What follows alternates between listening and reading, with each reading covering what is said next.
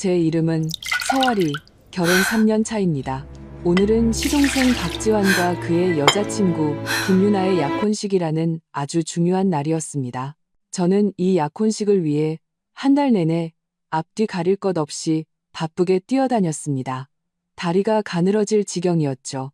식장인 서울신라호텔 다이너스티홀은 제가 온갖 인맥을 동원해 겨우 예약한 곳이었습니다. 메뉴는 시어머니 최미숙 여사를 모시고 8번이나 수정하며 확정한 것이었고, 심지어 오늘 현장에서 재생될 배경음악 하나하나까지 제가 먼저 추린 뒤 예비 동서인 김유나에게 컨펌을 받았습니다.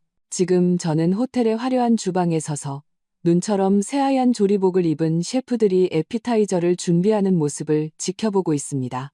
공기 중에는 온갖 음식의 향긋한 냄새가 가득했지만 동시에 숨막히는 긴장감도 섞여 있었습니다. 저는 심호흡을 한 뒤 핸드백에서 정교한 보석함을 꺼냈습니다. 안에는 제가 특별히 지인을 통해 파리에서 구해온 까르띠에 다이아몬드 팔찌가 들어있었습니다. 잠시 후 김유나에게 줄 약혼 선물이었죠. 이 팔찌를 사기 위해 제 비자금을 꽤 많이 썼습니다. 그저 시동생의 약혼이 순조롭게 치러져 온 가족의 체면이 섰으면 하는 마음뿐이었습니다. 서아리 사모님, 이 플레이팅은 어떠신지요? 호텔의 총지배인이 정성껏 장식된 모둠의 접시를 들고 와 정중하게 물었습니다.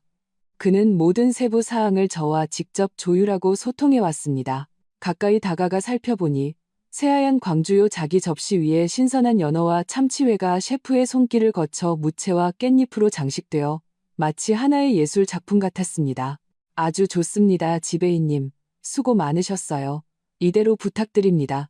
저는 고개를 끄덕이며 최대한 차분하고 힘있는 목소리로 말했습니다. 그 말을 마치자마자 시어머니 최미숙 여사가 짙은 버건디색의 고급 한복을 차려입고 또각거리는 구두 소리를 내며 들어왔습니다. 그녀는 분주하지만 질서정연한 주방을 한 바퀴 훑어보더니 마지막으로 제 손에 들린 보석함의 시선을 고정했습니다.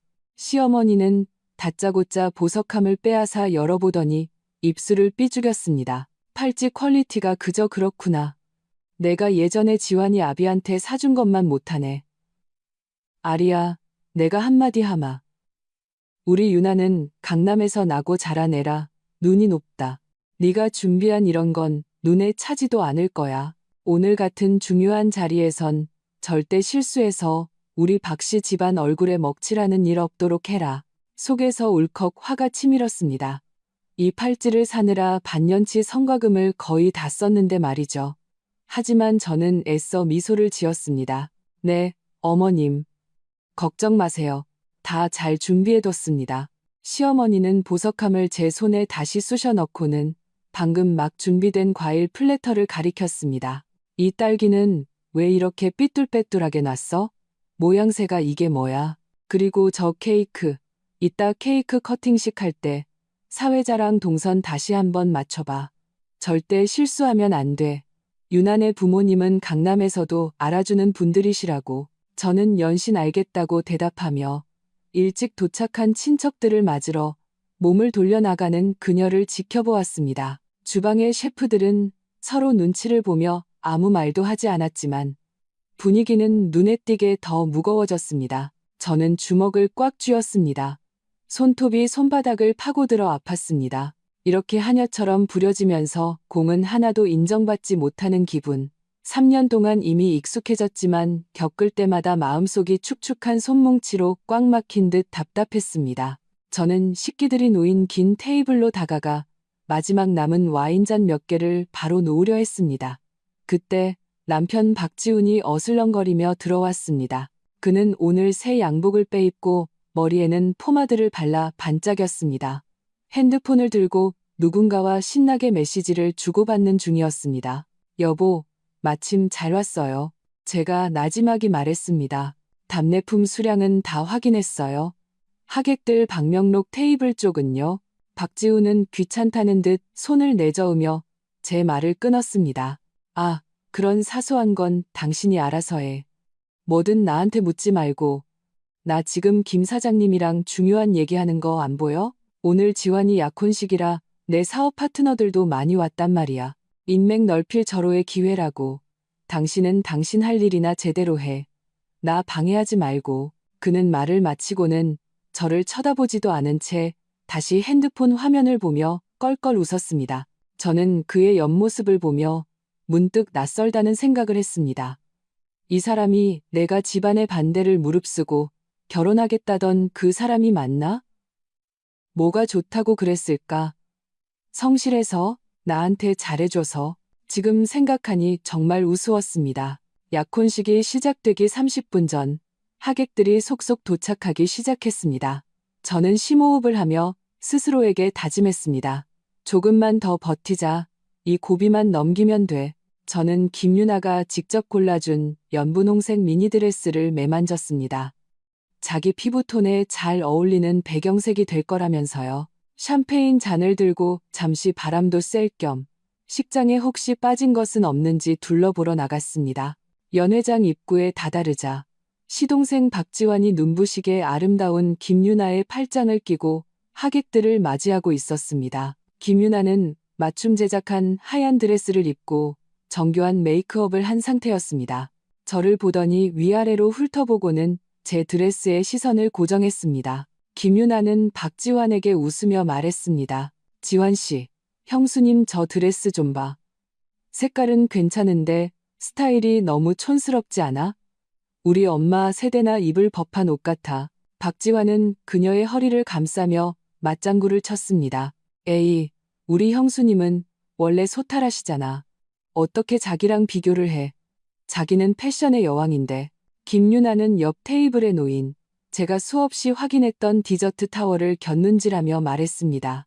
목소리는 크지도 작지도 않게 딱 저와 주변 친척 몇몇이 들을 수 있을 정도였습니다. 이 디저트 플레이팅도 너무 촌스럽다. 디자인 감각이 하나도 없네. 이럴 줄 알았으면 내 친구한테 부탁할 걸. 걘 전문가인데. 얼굴이 화끈거리는 것을 느꼈습니다. 주변 친척들의 시선이 은근슬쩍 저를 향했고 그 눈빛에는 구경꾼의 흥미가 섞여 있었습니다. 박지훈은 바로 근처에 서 있었습니다. 분명히 들었을 겁니다. 하지만 그는 미간을 살짝 찌푸리더니 옆 사람과 대화하는 척 몸을 돌려버렸습니다. 그때 시어머니 최미숙 여사가 이쪽 상황을 눈치채고 바람처럼 다가왔습니다. 그녀는 먼저 저를 힐난하듯 쏘아보더니 이내 얼굴 가득 미소를 띠고 김유나에게 말했습니다. 유나야, 격떨어지는 사람이랑은 상종할 필요 없다. 오늘 주인공은 너잖니. 네가 최고야. 가자. 엄마가 중요한 어른들께 인사시켜 줄게. 그 말은 표면적으로는 김유나를 달래는 것이었지만 글자 하나하나가 바늘처럼 제 가슴을 찔렀습니다. 저는 그들 세 식구가 화기애애하게 하객들 사이로 걸어가고 저 혼자 그 자리에 덩그러니 남겨진 모습을 보았습니다. 마치 불필요한 장식품처럼요. 가슴속 답답함이 점점 더 심해져 목구멍까지 차오르는 것 같았지만 저는 꾹 참았습니다. 그저 말없이 한 모금도 마시지 않은 샴페인 잔을 지나가는 웨이터의 쟁반 위에 돌려놓았을 뿐입니다. 연회장은 화려한 조명과 사람들 소리로 가득했지만 저는 온몸이 추워지는 것을 느꼈습니다. 주방에서의 불쾌함이 생선가시처럼 목에 걸려 삼킬 수도 뱉을 수도 없었습니다. 저는 스스로에게 말했습니다. 서아리, 조금만 더 참아. 거의 다 끝났어. 이런 때에 무너지지 마. 저는 다시 미소를 지으며 에피타이저가 놓인 긴 테이블로 다가가 뭐라도 도우려 했습니다. 하다못해 테이블 가장자리를 다시 한번 닦는 것만으로도 멍하니 서 있는 것보다는 나을 것 같았습니다. 깨끗한 냅킨을 집어들자마자 시어머니 최미숙 여사가 또다시 바람처럼 나타났습니다. 이번에는 제 바로 옆에 서서 이미 거의 준비가 끝난 음식 테이블을 탐조등처럼 훑어보았습니다. 그녀는 새빨간 매니큐어를 칠한 손가락으로 제가 아까 칭찬했던 모둠회 접시를 가리켰습니다. 시어머니는 미간을 찌푸리며 말했습니다. 이 무채는 왜 이렇게 굵어? 씹히기나 하겠어. 그리고 이 깻잎은 시들었잖아. 생기가 하나도 없네. 아리야, 너 주방장한테 제일 신선한 걸로 쓰라고 강조 안 했니? 오늘 같은 날 대충 때우면 안 되지. 냅킨을 쥔 제 손에 힘이 들어갔습니다. 저는 심호흡을 하고 최대한 차분한 목소리로 말했습니다. 어머님, 다 말씀드렸어요. 총지배인님이 오늘 아침 제주도에서 항공직송으로 받은 최상급 재료라고 하셨어요. 시어머니는 불만스럽게 흥소리를 냈습니다. 최상급은 무슨, 널 속인 거겠지. 넌 너무 사람이 물러서 그래. 그러니 저 사람들이 널 우습게 알잖아. 가서 메인 요리나 재촉해봐. 갈비탕은 잘 우러나고 있는지, 불 조절이 잘못되면 맛이 영안이게 되니까. 그녀는 지시를 마치고는 다시 몸을 돌려 주류를 확인하러 갔습니다. 저는 그녀의 뒷모습을 보며 마음속에 그 젖은 손뭉치가 물을 더 머금은 듯 무겁게 가라앉는 것을 느꼈습니다. 지난 3년간 저는 이런 패턴에 익숙해진 것 같았습니다. 집안의 크고 작은 일은 모두 제 차지였지만 마지막에 흠을 잡는 사람도 항상 저였습니다. 공은 박씨 집안의 것이고 남편 박지훈이 돈을 잘 번 덕이었습니다. 비록 그 돈의 대부분은 제 돈으로 메꿨지만요. 시어머니 최미숙 여사가 살림을 잘한 덕이었습니다. 수고와 실수는 온전히 제 몫이었죠. 메인 요리 코너로 가니 거대한 소단에서 신선로 육수가 황금빛 거품을 보글보글 내며 끓고 있었습니다. 향기가 진동했습니다. 주방장은 제게 가슴을 치며 불 조절은 완벽하다고 보장했습니다. 저는 고개를 끄덕이고 더 이상 말하지 않은 채 연회장으로 돌아가려 했습니다. 음식 준비실 복도를 지나는데 박지훈이 여전히 벽에 기댄 채 핸드폰을 만지작거리고 있었습니다. 입가에는 미소가 걸려 있었죠. 아마 어느 단체 채팅방에서 오늘의 화려한 약혼식을 자랑하고 있는 듯했습니다. 저는 다가가 그의 소매를 살짝 잡아당기며 나지막이 말했습니다. 지훈 씨, 하객분들 거의 다 오셨어요. 시부모님 쪽 중요한 어른들도 몇 분 오신 것 같은데 가서 인사라도 드려야 하지 않을까요? 박지훈은 고개도 들지 않은 채 귀찮다는 듯 제 손을 뿌리쳤습니다. 아, 진짜 귀찮게 구네. 나 지금 중요한 일 하는 거 안 보여? 어른들 챙기는 건 아빠랑 엄마가 계시잖아. 정 안 되면 지환이랑 유나도 있고 내가 거길 왜 가? 당신이나 당신 할 일 제대로 해. 나 좀 귀찮게 하지 마. 그의 말은 찬물 한 바가지처럼 제게 남은 마지막 기대마저 꺼뜨렸습니다. 화면에 집중하는 그의 모습을 보며 문득 우리가 막 결혼했을 때가 떠올랐습니다. 그때 그는 제가 집안일을 할 때 뒤에서 껴안으며 여보, 고생 많아라고 말해주곤 했습니다. 이제 그의 세상에는 그의 사업, 그의 체면, 그리고 끝없이 울리는 그 핸드폰밖에 없는 것 같았습니다. 저는 말없이 돌아서서 소란스러운 연회장으로 홀로 걸어 들어갔습니다. 조명은 아까보다 더 밝아졌고 하객들도 더 많아졌습니다. 화려한 옷차림의 사람들, 웃음소리와 대화소리가 가득했지만 그 속을 걷는 저는 마치 투명한 유령이 된 기분이었습니다. 누군가 인사를 건네면 기계적으로 고개를 끄덕이며 미소 지었지만 마음은 이미 다른 곳에 가 있었습니다. 방명록 테이블로 가서 다시 한번 명단과 좌석표를 꼼꼼히 확인했습니다. 혹시라도 실수가 있을까 봐요. 방명록을 담당하던 아르바이트생이 제게 작은 소리로 말했습니다. 아리 언니, 벌써 3번이나 확인하셨어요. 걱정 마세요. 문제 없어요. 저는 애써 웃어 보였지만 아무 말도 하지 않았습니다. 어떻게 안심할 수 있겠어요? 아주 작은 실수 하나도 결국엔 전부 제 탓이 될 텐데요. 예비동서 김유나는 꽃나비처럼 박지환의 팔짱을 끼고 하객들 사이를 누비며 칭찬과 축복을 한 몸에 받고 있었습니다. 그녀는 저를 보자 일부러 박지환을 끌고 다가왔습니다. 지환 씨, 형수님 혼자 저기 계시네. 외로워 보이는데 가서 말동무라도 좀 해드리지 그래요? 박지환은 헤헤 웃었습니다. 우리 형수님은 워낙 유능해서 나 같은 사람 필요 없어. 그렇죠 형수님? 김유나는 방명록 테이블 위에 놓인 하객 답례품으로 준비된 맞춤 제작 곰인형을 집어들고 입술을 삐죽였습니다. 이 인형 리본 색깔, 청첩장이랑 색감이 좀 다른 것 같지 않아요? 형수님 이 물건 검수할 때 꼼꼼히 안 보셨나 봐요. 저는 정교하게 만들어진 그 곰인형을 보았습니다. 리본은 와인색이었고 청첩장 색과 분명히 똑같았습니다. 저는 그녀가 일부러 흠을 잡고 있다는 것을 알았습니다. 이 집안에서의 자신의 새로운 위치를 과시하고 제가 외부인이라는 것을 상기시키려는 것이었죠. 주변 친척 몇몇도 그 말을 듣고 다시 저에게 시선을 집중했습니다. 저는 주먹을 꽉 쥐었습니다. 손톱이 또다시 손바닥을 파고들었습니다. 이번엔 아까보다 더 세게. 저는 심호흡을 하고 억지로 더 교양 있는 미소를 지어 보였습니다. 그런가요? 아마 조명 때문일 거예요. 제가 보기엔 괜찮은데요. 김유나는 의기양양하게 턱을 치켜들고는 더 이상 말없이 박지환을 끌고 가버렸습니다. 저는 그녀의 날씬한 뒷모습과 그녀에게 100% 순종하는 박지환의 모습을 보았습니다. 그리고 저 멀리서 여전히 핸드폰만 만지작거리는 박지훈과 감시관처럼 사방을 돌아다니며 흠을 잡는 시어머니 최미숙 여사를 보았습니다. 거대한 부조리함과 고립감이 저를 꽁꽁 처맘했습니다. 제가 이 가정을 위해 바친 모든 것은 그들 눈에 도대체 무엇이었을까요? 정말로 마음대로 부리고 마음대로 모욕해도 되는 공짜 가정부였을까요? 연회장에 부드러운 배경음악이 울려 퍼지고 사회자가 무대에서 마이크 테스트를 하고 있었습니다. 곧 시기 시작될 것이었습니다. 시어머니 최미숙 여사가 멀리서 제게 눈짓을 했습니다. 빨리 가서 케이크와 샴페인 타워를 확인하라는 신호였습니다. 저는 발걸음을 옮겼습니다. 두 다리가 납덩이처럼 무겁게 느껴졌습니다. 이 정성껏 준비한 약혼식은 제게는 마치 길고 긴 능지처참과도 같았습니다. 그리고 곧 제 머리 위에 부어질 그 뜨거운 탕 한 그릇은 주방의 화덕 위에서 보글보글 끓으며 자신의 등장을 위한 최적의 타이밍을 기다리고 있었습니다.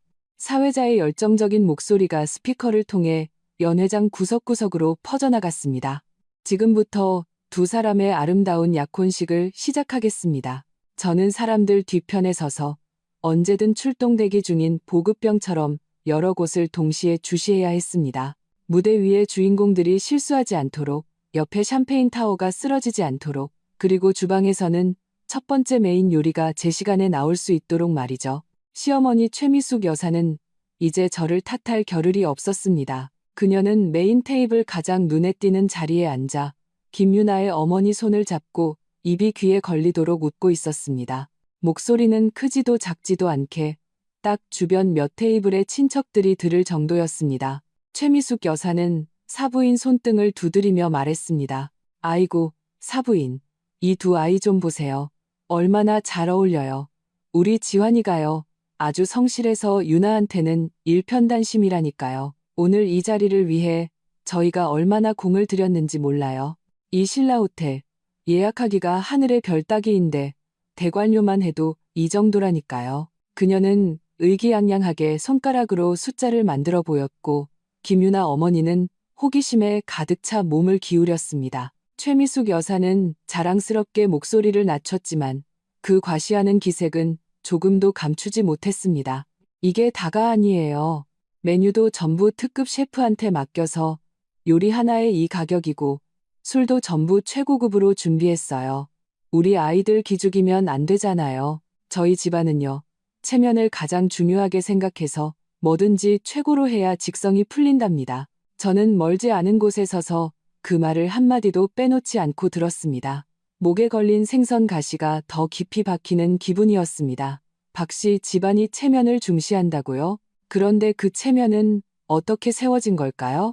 호텔 계약금부터 메뉴와 주류까지 총 2억 원의 예산 중에서 시댁이 겨우 보탠 돈은 8천만 원이었습니다. 나머지 1억 2천만 원은 저 서아리가 제 주머니를 털어낸 돈이었습니다. 제가 그 돈을 내놓은 이유는 첫째는 시동생의 약혼식이 순조롭게 치러져 남들에게 웃음거리가 되지 않게 하려는 마음이었고, 둘째는 시댁이 저를 조금이라도 좋게 봐주고 남편이 저를 조금 더 이해해주길 바라는 가련한 기대 때문이었습니다. 하지만 지금 시어머니 최미숙 여사는 모든 공을 자기 자신에게 돌리고 있었습니다. 마치 저 서아리는 그저 심부름이나 하는 자벽부인 것처럼요. 약혼식은 순서대로 진행되었습니다. 반지 교환, 케이크 커팅, 샴페인 타워까지 각 순서가 진행될 때마다 시어머니의 시선은 탐조등처럼 저를 훑으며 제가 실수하지 않았는지 확인했습니다. 케이크 커팅 때는 제가 재빨리 웨이터에게 신호를 보내 케이크 카트를 단단히 고정시켰고, 샴페인 타워 때는 박지환이 손을 떨까봐 높이 쌓인 잔들을 조마조마하게 쳐다보았습니다. 겨우식이 끝나고 연회가 본격적으로 시작되었습니다. 웨이터들이 정갈한 냉채를 들고 물 흐르듯 들어왔습니다. 저는 조금 안도의 한숨을 내쉬며 가장 긴장되는 부분은 지났다고 생각했습니다. 구석 자리를 찾아 잠시 쉬면서 물이라도 한 모금 마시려는데 시어머니가 저를 향해 손짓했습니다. 제가 다가가자 그녀는 저를 끌어당겨 테이블에 앉은 꽤나 지위가 높아 보이는 중년 남녀 몇몇에게 웃으며 말했습니다. 이 아이가 제 큰며느리 아리랍니다. 오늘 이 행사는 안팎으로 전부 얘가 도맡아 했어요. 젊을 때 이렇게 고생도 해봐야죠. 그 손님들은 제게 유능하다며 의례적인 칭찬을 건넸습니다.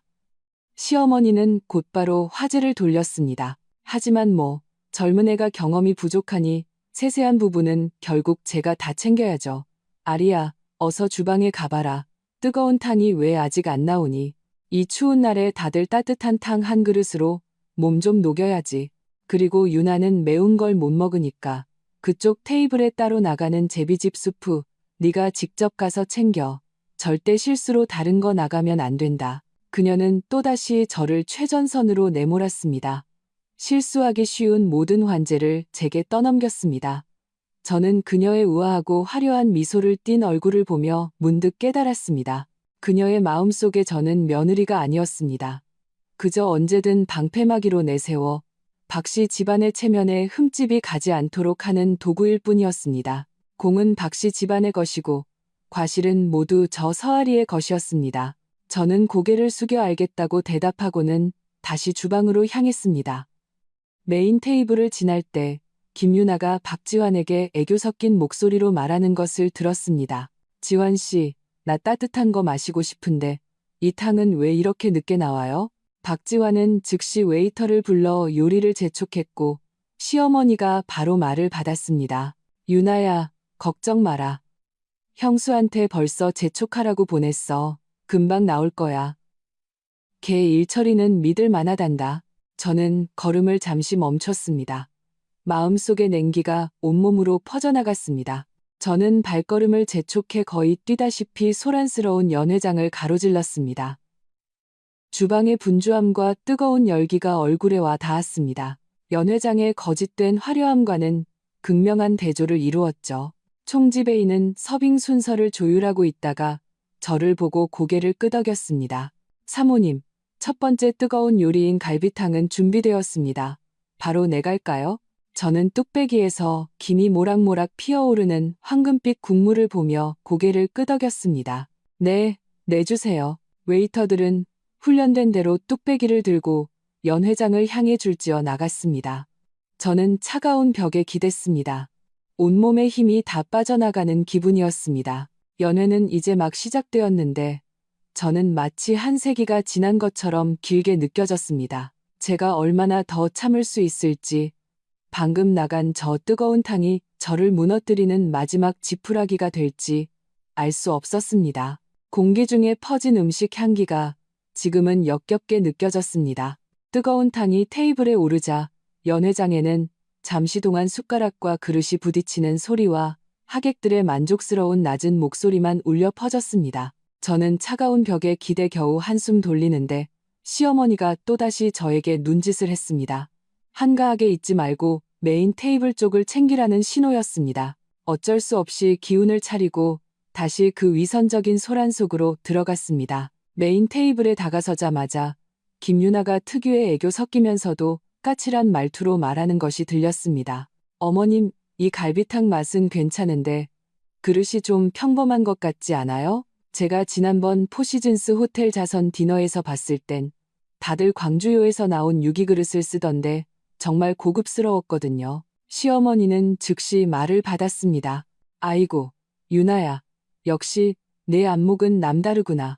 다음엔 꼭 더 좋은 걸로 하자꾸나. 이번엔 시간이 촉박하고 할 일이 많아서 세세한 부분까지 신경 쓰지 못한 점이 있구나. 그렇게 말하며 그녀는 의미심장하게 저를 힐끗 쳐다보았습니다. 방금 가라앉았던 얼굴의 열기가 다시 확 오르는 것을 느꼈습니다. 이 유기그릇 세트는 제가 호텔 측과 수없이 소통하고 추가 비용까지 내가며 업그레이드한 것이었습니다. 격이 떨어져 김유나 집안에서 흠잡을까봐 걱정했기 때문입니다. 그런데 이제 와서 제가 세심하지 못했다는 말이 되었습니다. 그때 냉채들이 물러나고 메인 요리들이 하나둘씩 올라오기 시작했습니다. 한복을 입은 웨이터들이 나비처럼 테이블 사이를 오가며 정갈한 요리를 날랐습니다. 저는 조금 안도했습니다. 이제 메인 요리가 나왔으니 사람들의 관심이 음식으로 쏠려 좀 조용해지겠지 하고 생각했습니다. 하지만 저는 틀렸습니다. 김유나의 쇼는 이제 막 시작된 것이었습니다. 첫 번째 메인 요리는 해삼찜이었습니다. 웨이터가 막 요리를 메인 테이블 중앙에 놓자 김유나는 젓가락을 들었지만 집지는 않고 미간을 살짝 찌푸리며 접시를 쳐다보기만 했습니다. 박지환이 걱정하며 물었습니다. 유나야, 왜 그래? 입에 안 맞아? 김유나는 젓가락을 내려놓고 가볍게 한숨을 쉬었습니다. 목소리는 작았지만 메인 테이블과 옆 몇 테이블 사람들이 들을 수 있을 정도였습니다. 지환 씨, 제가 까다로운 게 아니고요. 그냥 이 해삼의 불림 정도나 익힘이 좀 아쉬워서요. 보세요. 형태가 충분히 통통하지 않잖아요. 식감이 좀 질길 것 같아요. 그리고 이 대파는 너무 익어서 색이 어둡네요. 향도 많이 날아갔을 거예요. 시어머니의 표정이 순간 굳어졌지만 이내 다시 미소를 지었습니다. 그런가? 내가 한번 먹어볼게. 그런 것 같기도 하네. 아리야, 이 해삼은 내가 마지막에 고른 품목이었지. 모든 사람의 시선이 스포트라이트처럼 제게 쏟아졌습니다. 저는 입을 열어 이 해삼이 호텔 총주방장이 직접 관리하는 최상급 재료라고 설명하고 싶었지만 말이 목구멍에서 막혔습니다. 설명해봐야 무슨 소용이 있겠어요. 그들은 그저 저를 탓할 구실을 찾고 있을 뿐인데요. 저는 대꾸하지 않고 그저 조용히 개인 젓가락을 들어 시어머니에게 한 점 덜어주며 이 상황을 무마하려 했습니다. 하지만 김유나는 제 행동을 못 본 척하며 박지환에게 애교를 부렸습니다. 지환 씨, 나 저기 제주 옥동구이 먹고 싶어요. 좀 덜어줄래요? 가시 없는 뱃살 쪽으로요. 박지훈은 즉시 그녀에게 생선을 발라주며 세심하게 가시를 제거했습니다.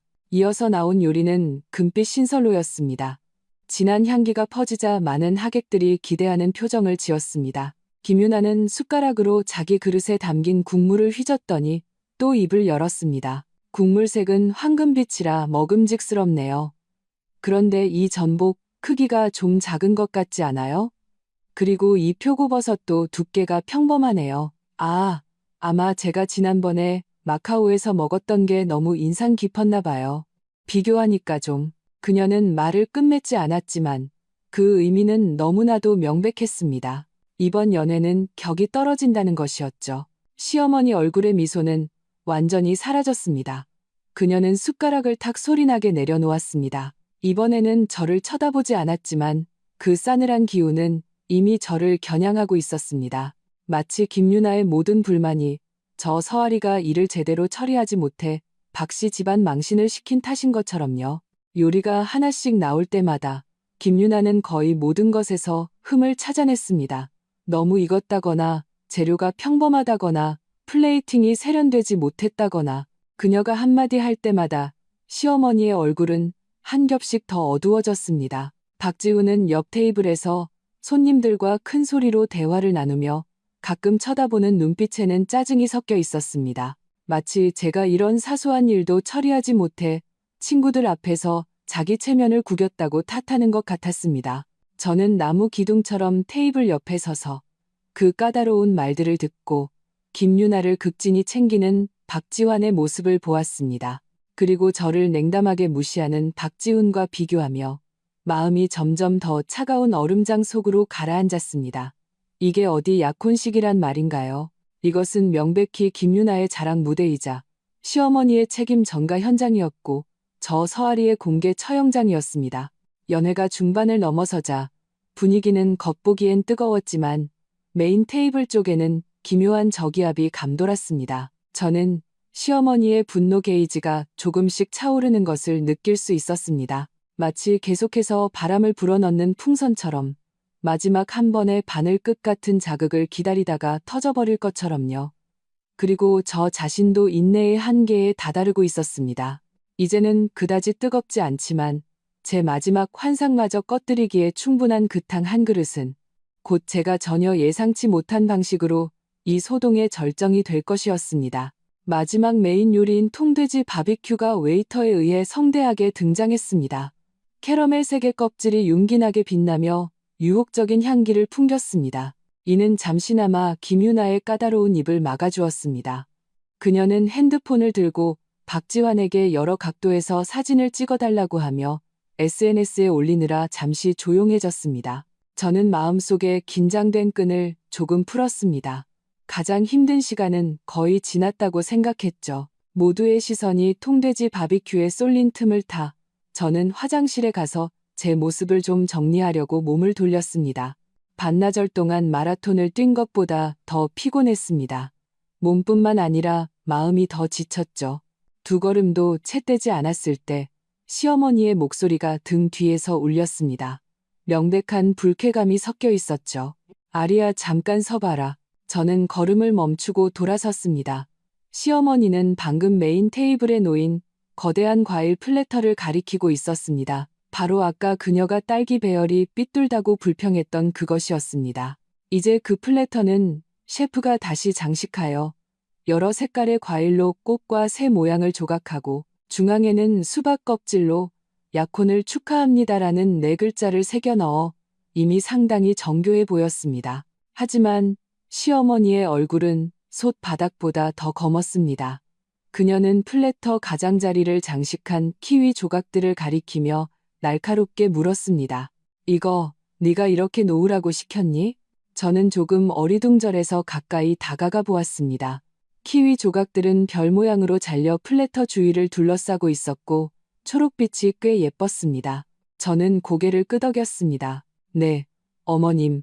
키위를 좀 더 하면 색감이 더 화사해질 것 같아서요.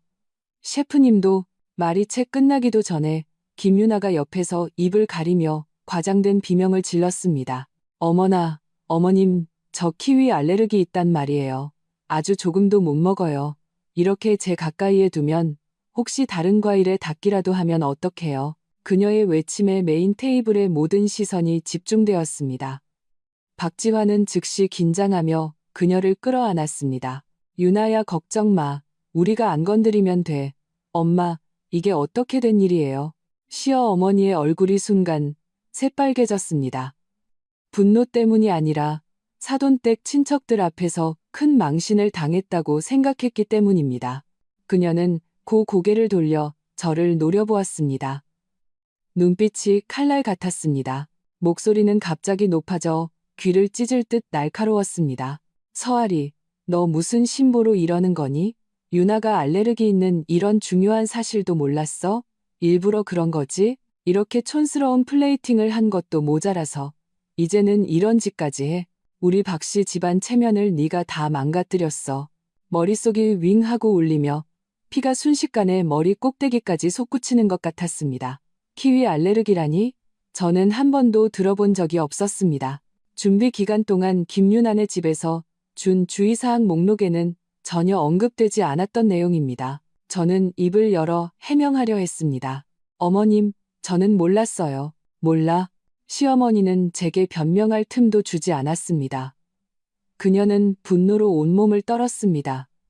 마치 제가 용서받지 못할 큰 죄라도 지은 것처럼요. 그녀는 주위를 둘러보다가 마침 옆에서 한 웨이터가 메인 테이블 손님에게 약한 불로 계속 데우고 있던 뜨거운 갈비탕 뚝배기를 채워주려는 것을 보았습니다. 시어머니는 그 묵직한 도자기 뚝배기를 확 낚아챘습니다. 안에는 반 이상 담긴 뜨거운 국물이 출렁이고 있었습니다. 저는 본능적으로 한 걸음 뒤로 물러섰습니다. 불길한 예감이 엄습했습니다.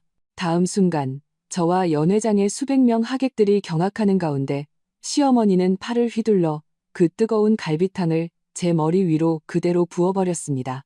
뜨거운 액체가 순식간에 저를 덮쳤습니다. 머리카락, 얼굴, 목, 그리고 제가 입고 있던 연분홍색 드레스까지 모두 기름지고 뜨거운 국물에 흠뻑 젖었습니다. 두피와 뺨에서 타는 듯한 극심한 통증이 느껴졌습니다.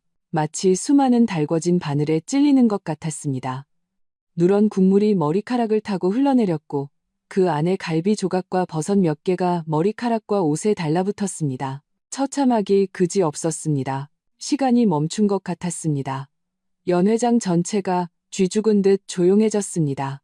모든 사람이 이 광경을 믿을 수 없다는 듯 쳐다보았습니다. 저는 그 자리에 흠뻑 젖은 채로 굳어 있었습니다. 뜨거운 온도와 뼛속까지 파고드는 한기가 뒤섞여 저도 모르게 몸이 떨리기 시작했습니다. 국물이 눈에 들어가 쓰리고 아팠고 시야가 온통 흐릿했습니다. 바로 그때 제 남편 박지훈이 마침내 옆 테이블에서 달려왔습니다. 저는 그가 저를 보호해주러 온 줄 알았습니다. 하다못해 저를 한번 부축해주기라도 할 줄 알았죠. 하지만 저는 틀렸습니다. 그는 제 앞으로 달려와 이 지독하게 처참한 제 모습을 보고는 얼굴에 일말의 안타까움이나 분노도 없이 오직 가득한 혐오와 경멸을 드러냈습니다. 그는 거칠게 눈을 흘기며 목소리를 낮췄지만 그 이를 악문 듯한 기세는 제 귀에 똑똑히 전달되었습니다. 박지훈이 말했습니다. 멍청하게 뭘 서 있어. 꼴 보기 싫은 년. 당장 안 꺼져?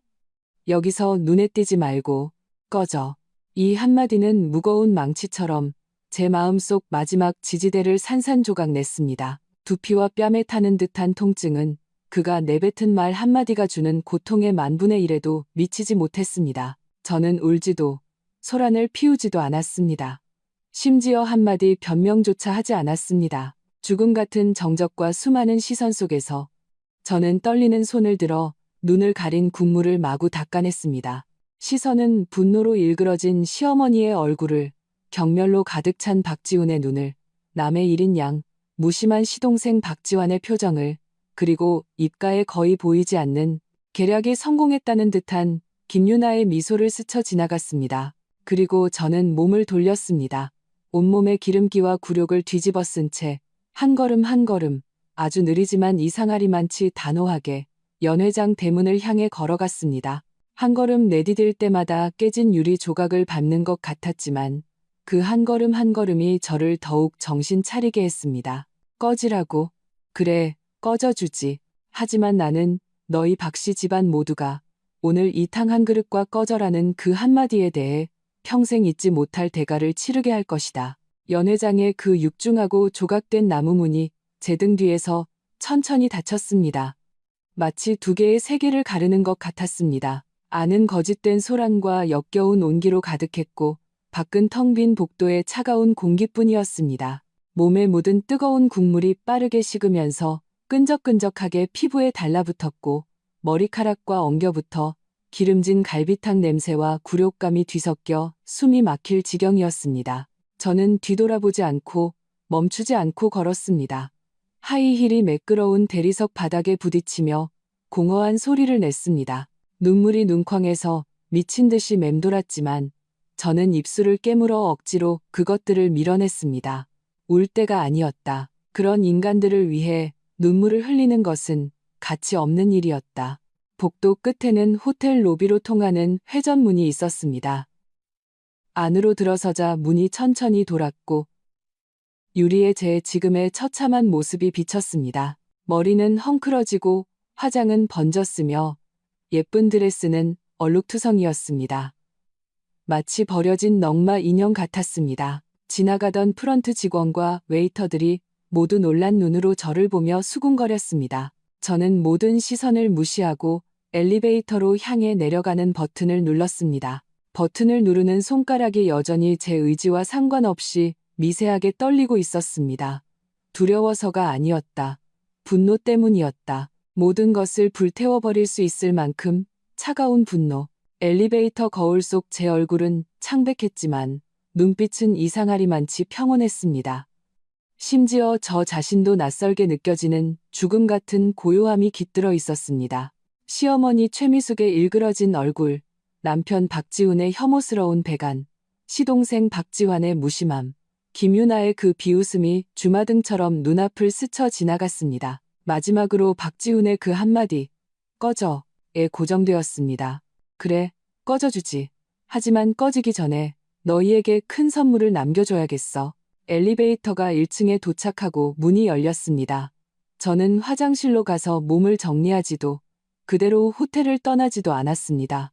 대신 호텔 사무구역 쪽으로 방향을 틀었습니다. 저는 식음요부 총지배인님의 사무실이 어디 있는지 알고 있었습니다.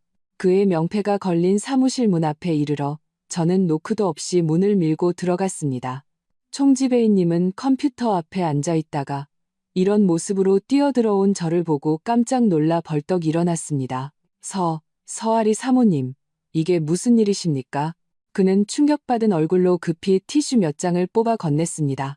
저는 티슈를 받지 않고 그나마 깨끗한 손등으로 눈을 가린 끈적한 국물을 닦아냈습니다. 제 목소리는 놀랍도록 차분했고 심지어 예의 바른 냉정함마저 깃들어 있었습니다. 총지배인님, 신뢰가 많았습니다. 지금 즉시 박지환 씨와 김유나 씨의 약혼 연회에 대한 모든 남은 음식과 서비스를 취소해 주십시오. 총지배인님은 멍하니 자기가 잘못 들었다고 생각하는 듯 했습니다. 취소라니요? 사모님, 연회가 이제 겨우 중반을 지났습니다. 이건 규정에 어긋납니다. 게다가 디저트와 과일도 아직 남아있는데요. 규정? 저는 그의 말을 부드럽게 끊으며 였지만 아무런 온도도 없는 미소를 지었습니다. 제가 취소하라고 하면 취소하는 겁니다. 모든 손실은 제가 예치한 계약금에서 제하시고 부족한 부분은 제가 책임지겠습니다. 지금 당장 주방에 연락해서 멈추게 하시고 웨이터들도 철수시켜 주세요. 제 말투에는 어떤 협상의 여지도 없었고 눈빛의 단호함은 총지배인님이 입에 담으려던 권유의 말을 삼키게 했습니다. 그는 제 이런 모습을 보고 연회에서 큰일이 터졌음을 짐작했을 겁니다. 잠시 망설이더니 그는 결국 전화기를 들었습니다. 네, 주방입니까? 저 총지배인입니다. 박씨, 집안 약혼 연회의 모든 요리 즉시 중단하십시오. 네, 지금이요. 이미 나간 건 어쩔 수 없지만 아직 안 나간 건 전부 멈추세요. 서비스팀도 최소 인원 2명만 남기고 전부 철수시키세요. 전화를 끊고 총지배인님은 저를 보며 말을 잇지 못했습니다. 사모님, 이호 씨의 위약금은? 저는 그의 사무실 책상으로 다가가 펜을 집어 메모지에 제 개인 연락처를 빠르게 적었습니다. 제 번호입니다. 위약금 정산을 포함한 모든 후속 처리는 저와 직접 연락해 주십시오. 박씨 집안 다른 사람들과는 더 이상 소통할 필요 없습니다. 저는 잠시 말을 멈추고 덧붙였습니다. 특히 제 시어머니이신 최미숙 여사의 어떤 지시도 더 이상 받지 말아주세요. 이 연회는 지금부터 제가 전적으로 처리합니다. 그 말을 마치고 저는 더 이상 그를 쳐다보지 않고 사무실을 나왔습니다. 몸은 여전히 처참했지만 발걸음은 올 때보다 더 단호했습니다. 저는 알았습니다. 몇 분 후 연회장의 하객들이 배불리 식사를 마치고 이어질 디저트와 과일을 기대하고 있을 때 그들은 웨이터가 사라지고 약속된 정교한 디저트도 없고 심지어 차 한 잔도 더 이상 채워주지 않는다는 것을 발견하게 될 것이라는 것을요. 2억 원짜리 박씨 집안의 체면을 지탱하던 그 성대한 연회는 가장 추하고 가장 갑작스러운 방식으로 막을 내릴 것이었습니다. 그리고 저 서아리, 그들이 마음대로 모욕하고 꺼지라고 했던 그 여자가 이 모든 것의 연출자가 될 것이었습니다. 이건 시작에 불과했다. 뜨거운 갈비탕은 박씨 집안에 대한 나의 모든 환상을 꺼뜨렸고 이제는 그들이 찬바람을 맛볼 차례였다. 저는 사무구역을 나와 차가운 공기를 마셨습니다. 잔인할 정도로 정신이 맑아졌습니다. 다음 단계는 친정으로 돌아가는 것이었다. 사무구역의 정적을 뒤로하고 저는 다시 번쩍이는 호텔 로비로 들어섰습니다. 천장 조명이 제 몸을 비추자 말라붙은 국물이 남긴 끈적함과 뻣뻣함이 더욱 선명하게 느껴졌습니다. 머리카락은 가닥가닥 엉겨붙었고 드레스도 망가졌습니다. 몇몇 지나가던 손님들이 의아한 눈빛으로 저를 쳐다봤지만 저는 전혀 신경 쓰지 않았습니다. 지금은 겉모습에 신경 쓸 때가 아니었습니다. 저는 로비 구석, 손님들이 쉬는 소파 구역으로 갔습니다. 이곳은 비교적 한적했습니다. 핸드백에서 핸드폰을 꺼냈습니다. 화면에도 기름때가 좀 묻어 있었습니다. 저는 소매로 대충 닦아내고 잠금을 풀었습니다. 그리고 주소록에서 신라호텔 총지배인님의 번호를 찾아 망설임 없이 통화 버튼을 눌렀습니다. 전화는 한 번 울리자마자 바로 연결되었습니다. 총지배인님도 긴장하며 대기하고 있었던 게 분명했습니다. 총지배인님의 목소리에는 약간의 긴장과 불확실함이 섞여 있었습니다. 서아리 사모님, 저는 마치 오늘 날씨를 이야기하듯 조금의 동요도 없는 평온한 목소리로 말했습니다. 총지배인님, 접니다. 지금 즉시 2가지를 처리해 주십시오. 총지배인님은 서둘러 대답했습니다. 네, 말씀하십시오, 사모님. 저는 로비 유리창 밖의 칠흑 같은 밤하늘을 보며 한 글자 한 글자 명확하게 지시했습니다. 첫째, 모든 웨이터의 서비스를 중단시켜 주십시오. 차를 따르거나 물을 채우는 것까지 포함해서요. 이미 테이블에 나간 음식은 어쩔 수 없지만 모든 후속 디저트, 과일, 식사는 전부 보류해 주십시오. 하나도 연회장으로 보내면 안 됩니다. 전화기 저편에서 잠시 침묵이 흘렀습니다. 총지배인님이 숨을 들이마시는 소리만 들렸습니다. 그의 충격을 이해할 수 있었습니다. 호텔 업계에서는 거의 들어본 적 없는 조치였으니까요. 하지만 그는 곧 상황을 파악하고 대답했습니다. 네, 알겠습니다. 그럼 2번째는요? 저는 계속해서 말했습니다. 둘째, 가장 빠른 속도로 연회장 내의 모든 호텔 소유 장식품, 테이블보, 의자 커버 등 철거할 수 있는 것은 전부 철거해 주십시오. 특히 무대 배경과 샴페인 타워를 우선적으로 처리해 주세요. 저는 15분 안에 그 연회장이 원래의 텅 빈 모습으로 돌아가길 원합니다. 총지배인님의 목소리가 떨리기까지 했습니다. 사모님, 이건 너무, 하객들이 아직 계신데요. 저는 그의 말을 끊었습니다. 말투는 여전히 평온했지만 거부할 수 없는 힘이 실려 있었습니다. 총지배인님, 제가 시키는 대로 하세요. 모든 책임은 제가 지겠습니다. 위약금은 한 푼도 깎지 않고 지불하겠습니다. 하지만 만약 총지배인님이나 직원분들이 어떤 이유로든 제 지시를 지연시킨다면 추후의 협력과 배상 문제는 제가 다시 고려하게 될 겁니다. 그 말의 무게를 총지배인님은 즉시 알아차렸습니다. 그는 더 이상 망설이지 않았고 목소리가 단호해졌습니다. 알겠습니다, 사모님. 즉시 조치하겠습니다. 15분 내로 정리할 것을 보장합니다. 전화를 끊고 저는 핸드폰을 손에 쥐었습니다. 차가운 금속 케이스에서 서늘함이 전해졌습니다. 저는 지금 연회장이 어떤 모습일지 상상할 수 있었습니다. 술이 거나하게 취한 하객들은 이어질 정교한 디저트를 기다리거나 술을 한 잔 더 마시며 담소를 나누고 있겠죠. 그러다 그들은 웨이터들이 증발한 것처럼 사라진 것을 발견할 겁니다. 테이블 위에 남은 음식은 치워지지 않고 찻잔은 비어도 채워주는 사람이 없겠죠. 그리고 더 극적인 장면이 연출될 겁니다. 몇몇 호텔 직원들이 무표정한 얼굴로 들어와 신속하고 질서정연하게 무대 배경의 화려한 장식을 철거하고 아름다운 테이블보가 깔린 긴 테이블을 치우고 심지어 테이블 위의 식기까지 직접 수거해 갈 겁니다. 그 광경은 어떤 소동극보다 더 충격적일 겁니다. 이 2억 원, 저 서아리는 감당할 수 있습니다. 하지만 제가 쓴 돈은 너희 박씨 집안의 체면을 사기 위한 것도 아니고 더더욱 너희가 내 머리 위에서 군림하게 하기 위한 것도 아니었습니다. 너희가 나를 창피하게 여기고 격이 떨어진다고 생각한다면 그럼 나는 이 가장 직접적이고 난폭한 방식으로 누가 진짜 상황을 통제하는 사람인지 똑똑히 알려주겠습니다. 저는 바로 떠나지 않고 소파에 앉았습니다. 로비의 밝은 조명 아래 핸드백에서 물티슈를 꺼내 얼굴과 목의 기름때를 천천히 닦기 시작했습니다. 서두르지 않고 차분한 동작으로 마치 방금 그 냉혹한 지시를 내린 사람이 제가 아닌 것처럼 저는 제 자신이 덜 초라해 보일 시간이 필요했고 연회장 쪽 소식을 기다릴 시간도 필요했습니다. 저는 알았습니다.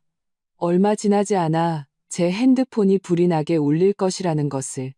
시어머니 최미숙, 남편 박지훈, 심지어 시동생 박지환의 전화일지도 모릅니다. 그들은 길길이 날뛸 것이고 히스테리를 부릴 겁니다. 하지만 미안하지만 오늘 밤 당신들의 전화는 하나도 받지 않을 겁니다. 저는 당신들이 400명의 하객 앞에서 제가 당신들을 위해 정성껏 준비한 2억 원짜리 찬바람 성찬을 마음껏 즐기게 할 겁니다. 그리고 이것은 제 복수의 첫걸음에 불과했습니다. 얼굴에 얼룩을 닦아내며 저는 유리창에 비친 제 자신을 보았습니다. 눈빛은 차갑고 단호했습니다. 서아리는 더 이상 참지 않을 것이다. 차가운 물티슈가 뺨과 목을 여러 번 스쳐 지나가자 피부에 화끈거리는 통증이 조금 가라앉았습니다. 하지만 기름진 국물에 젖었던 끈적함은 여전히 끈질기게 남아 제가 방금 어떤 치욕을 겪었는지 상기시켜 주었습니다. 저는 핸드폰의 어두운 화면에 비친 흐릿한 그림자를 보며 이마에 달라붙어 굳어버린 머리카락을 정리했습니다. 눈빛에는 눈물 한 방울 없이 오직 침착한 냉기만이 감돌았습니다. 더 이상 여기에 머물 수 없었습니다. 몸에서 나는 냄새와 초라한 모습이 너무 눈에 띄었습니다. 자칫하면 연회에 참석했던 하객 중 누군가가 일찍 나와 저를 볼 수도 있었습니다. 연극이 클라이맥스에 이르기 전에 제가 미리 모습을 드러낼 수는 없었습니다. 저는 일어나 마찬가지로 기름때가 묻은 가방을 들고 등을 곧게 펴고 호텔 옆문으로 향했습니다. 그쪽은 보통 택시가 많고 비교적 눈에 띄지 않는 곳이었습니다. 밤바람이 늦가을에 한기를 품고 불어와 저를 소름 돋게 했지만 머리는 더욱 맑아졌습니다. 역시나 길가에 서자마자 손에 쥔 핸드폰이 부적처럼 격렬하게 진동하기 시작했습니다. 화면이 밝아지며 박지훈이라는 세 글자가 깜빡였습니다. 동작도 빠르네. 연회장의 정리 작업이 이미 시작된 모양이군. 저는 무표정하게 화면이 켜졌다, 꺼졌다 하는 것을 지켜보았습니다. 그는 꽤 끈질겼습니다. 전화를 끊임없이 걸어왔습니다. 저는 그가 지금 어떤 모습일지 상상할 수 있었습니다. 분명 어느 구석에 숨어서 핸드폰을 귀에 대고 길길이 날뛰면서도 주변 하객들이 들을까 봐 큰 소리는 내지 못하고 있겠죠. 안타깝게도 저는 들을 수 없었습니다. 진동이 멈추고 화면이 꺼진 지 3초도 안 되어 다시 미친 듯이 밝아졌습니다. 이번에는 시어머님이었습니다. 그녀의 프로필 사진은 여전히 우아하고 화려했지만 저는 전화기 저편의 얼굴이 분노로 일그러져 있을 것임을 알았습니다. 심지어 그녀의 날카로운 목소리가 수화기를 뚫고 나오는 상상까지 할 수 있었습니다. 서아리, 너 어디서 죽었어? 호텔 사람들, 이게 무슨 짓이야? 당장 기어 돌아와서 설명해. 설명? 당신과는 더 이상 설명할 게 없어요. 저는 전원 버튼을 길게 눌러 핸드폰을 꺼버렸습니다. 세상이 순간 고요해졌습니다. 귓가에는 세차게 부는 바람 소리와 멀리 거리에 희미한 차량 소음만이 남았습니다. 이전의 굴욕감과 무력감을 대신하여 전례 없는 통제감이 느껴졌습니다. 그들과의 연결을 끊는 것이 이렇게 통쾌한 일이었다니. 빈 택시 한 대가 천천히 멈춰 섰습니다. 저는 차문을 열고 안으로 들어갔습니다. 기사님이 백미러로 저를 힐끗 쳐다봤습니다. 아마 제 옷차림과 상태가 너무 이상했기 때문이겠죠. 그는 잠시 망설이다가 물었습니다. 손님, 어디로 가십니까? 저는 친정집 주소를 말했습니다. 목소리는 평온했습니다. 차가 밤속으로 미끄러져 들어갔습니다. 창밖에 네온사인이 화려하게 흘러갔지만 제 차가운 눈동자 속까지 비추지는 못했습니다. 저는 의자에 기대 눈을 감았습니다. 지금 연회장이 얼마나 아수라장이 되었을지, 그 400명의 하객들이 어떻게 당황하다가 수군거리다 결국 뿔뿔이 흩어졌을지, 시어머니 최미숙이 얼마나 분노에 차 날뛰었을지, 남편 박지훈이 얼마나 진땀을 흘렸을지, 시동생 박지환과 예비동서 김유나의 얼굴이 얼마나 볼만했을지 생각하지 않았습니다. 그 모든 것은 이제 저와 상관없는 일이었습니다. 그 뜨거운 탕 한 그릇이 부어졌을 때부터, 박지훈이 제게 꺼지라고 한 그 순간부터 서아리와 박씨 집안은 은혜도 의리도 끊어진 사이였습니다. 이제 저는 제 진짜 집으로 돌아가고 있었습니다. 그곳에는 절대로 제게 탕을 붓지 않을 부모님이 계시고 제가 상처받았는지 걱정해줄 오빠가 있었습니다. 저는 그들의 지지가 필요했습니다. 감정적인 것뿐만 아니라 실제적인 지지가요. 박씨 집안과 완전히 등을 돌린 이상 앞으로의 문제는 적지 않을 겁니다. 이혼, 재산 분할, 어느 것 하나 만만치 않겠죠. 하지만 지금 제 마음속에는 두려움이 없었습니다. 오직 파괴 후 새로 서는 단호함과 차가운 쾌감만이 있었습니다. 박 씨 집안은 체면을 가장 중시하죠? 저 서아리가 자기들 망신시킨다고 생각했죠? 좋아요. 제가 당신들을 온 서울의 유력 인사들 앞에서 조상님 뵐 낯도 없게 만들어 줄게요. 2억 원으로 당신들 박 씨 집안의 거대한 웃음거리를 사고 저의 완전한 단절과 새로운 시작을 사는 것. 이 거래는 제게는 너무나도 이득이었습니다. 차가 밤속을 꾸준히 달려나갔습니다. 그 황당한 약혼식장에서 점점 더 멀어졌습니다. 저는 눈을 뜨고 창밖으로 빠르게 지나가는 거리 풍경을 보며 다음 계획을 세우기 시작했습니다. 핸드폰을 끈 것은 일시적일 뿐. 내일 해가 뜨면 더 큰 폭풍우가 저를 기다리고 있을 겁니다. 하지만 이번에는 저는 더 이상 물러서지도 혼자 감당하지도 않을 겁니다. 서아리가 돌아올 것이다. 택시가 친정 아파트 단지 입구에 섰을 때는 밤이 이미 깊었습니다. 단지는 조용했고 가로등만이 희미한 노란빛을 발하고 있었습니다. 저는 요금을 내고 차에서 내렸습니다. 밤바람이 불자 반쯤 마른 국물이 다시 한기를 가져와 저는 팔을 감싸 안았습니다. 익숙한 집 문 앞에 서서 저는 잠시 망설였습니다. 이렇게 늦은 시간에 부모님은 이미 주무시고 계실 텐데 이런 모습으로 들어가면 분명 놀라게 해드릴 겁니다. 하지만 이곳 말고는 갈 곳이 없었습니다. 저는 심호흡을 하고 초인종을 눌렀습니다. 안에서 곧 발소리가 들렸고 엄마의 잠결 섞인 목소리가 들렸습니다. 누구세요? 엄마, 저예요, 아리. 제 목소리가 조금 잠겨 있었습니다. 문이 즉시 열렸습니다. 엄마는 잠옷 위에 외투를 걸치고 있었습니다. 저를 보는 순간 그녀의 얼굴에서 졸음기는 사라지고 충격과 안타까움으로 변했습니다. 어머나, 우리 아리. 이게 무슨 꼴이니? 누구랑 싸웠어? 그녀는 급히 저를 집 안으로 끌어당겼습니다. 차갑고 끈적한 제 팔에 손이 닿자 눈가가 금세 붉어졌습니다. 아니에요, 엄마, 저 괜찮아요. 저는 그녀를 안심시키려 했지만 목소리의 피곤함은 감출 수 없었습니다. 이게 무슨 일이야? 이 밤중에 아빠도 침실에서 나오셨습니다. 제 이 꼴을 보시더니 미간을 찌푸리시고 얼굴이 순식간에 굳어졌습니다. 오빠 서아준도 소리를 듣고 눈을 비비며 자기 방에서 나왔습니다. 저를 보자마자 잠이 확 깼습니다. 아리야, 누가 너한테 이랬어? 가족들의 걱정스럽고 다급한 시선 앞에서 억지로 버티던 강한 척하던 껍질의 균열이 가기 시작했습니다. 코끝이 시큰했지만 저는 여전히 평정을 유지하려 애썼습니다. 저는 거실 소파에 앉아 최대한 간결한 언어로 오늘 밤 약혼식에서 시어머니가 플레이팅 때문에 어떻게 트집을 잡다가 결국 뜨거운 탕을 제 머리에 부었고 남편 박지훈이 어떻게 저에게 꺼지라고 소리쳤는지 이야기했습니다. 김유나의 자잘한 트집이나 제 심리적인 활동은 생략하고 가장 핵심적인 사실만 전달했습니다. 엄마는 이야기를 듣고 분노로 온몸을 떨며 눈물을 쏟아냈습니다. 그녀는 저를 끌어안고 울먹이며 말했습니다. 천벌 받을 박씨 집안.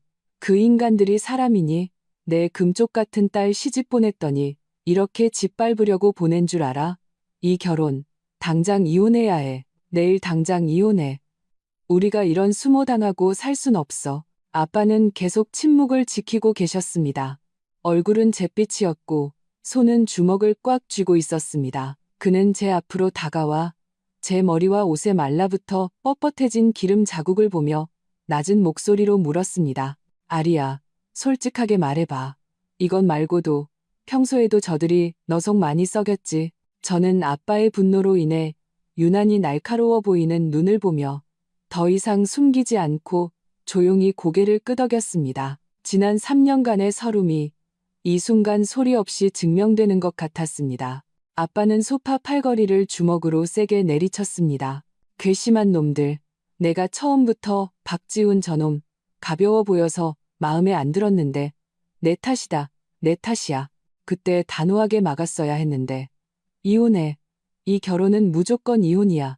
그리고 절대 저들을 그냥 둬선 안 돼. 오빠가 즉시 대답했습니다. 아빠, 말씀하세요. 아빠의 눈빛은 차가웠고 제가 좀처럼 보지 못했던 단호함이 서려 있었습니다. 내 동생이 박씨 집안에서 3년 동안 얼마나 많은 돈을 썼고 얼마나 많은 서름을 당했는지 하나하나 전부 계산해.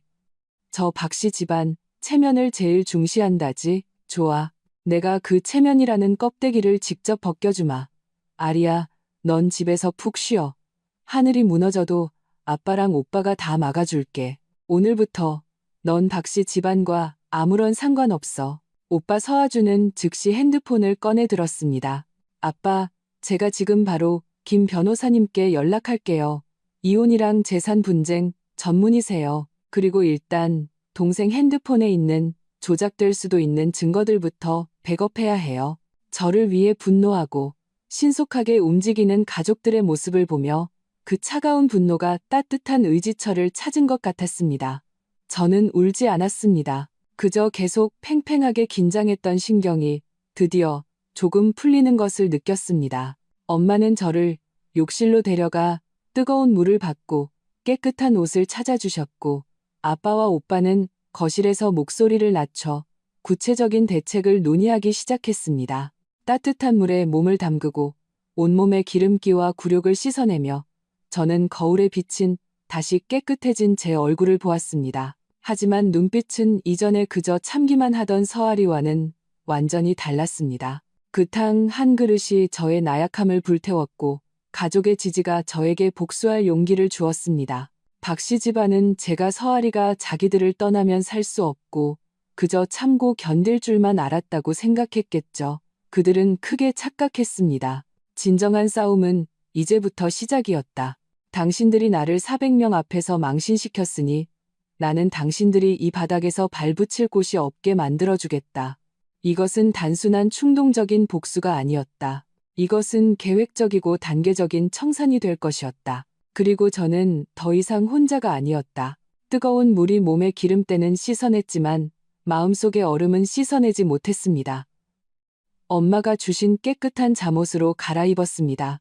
부드러운 천에서는 햇볕에 말린 냄새가 났습니다. 망가진 비싼 드레스와는 전혀 달랐습니다. 거울 속에 저는 얼굴이 아직 창백했지만 눈빛은 완전히 차분해져 있었습니다.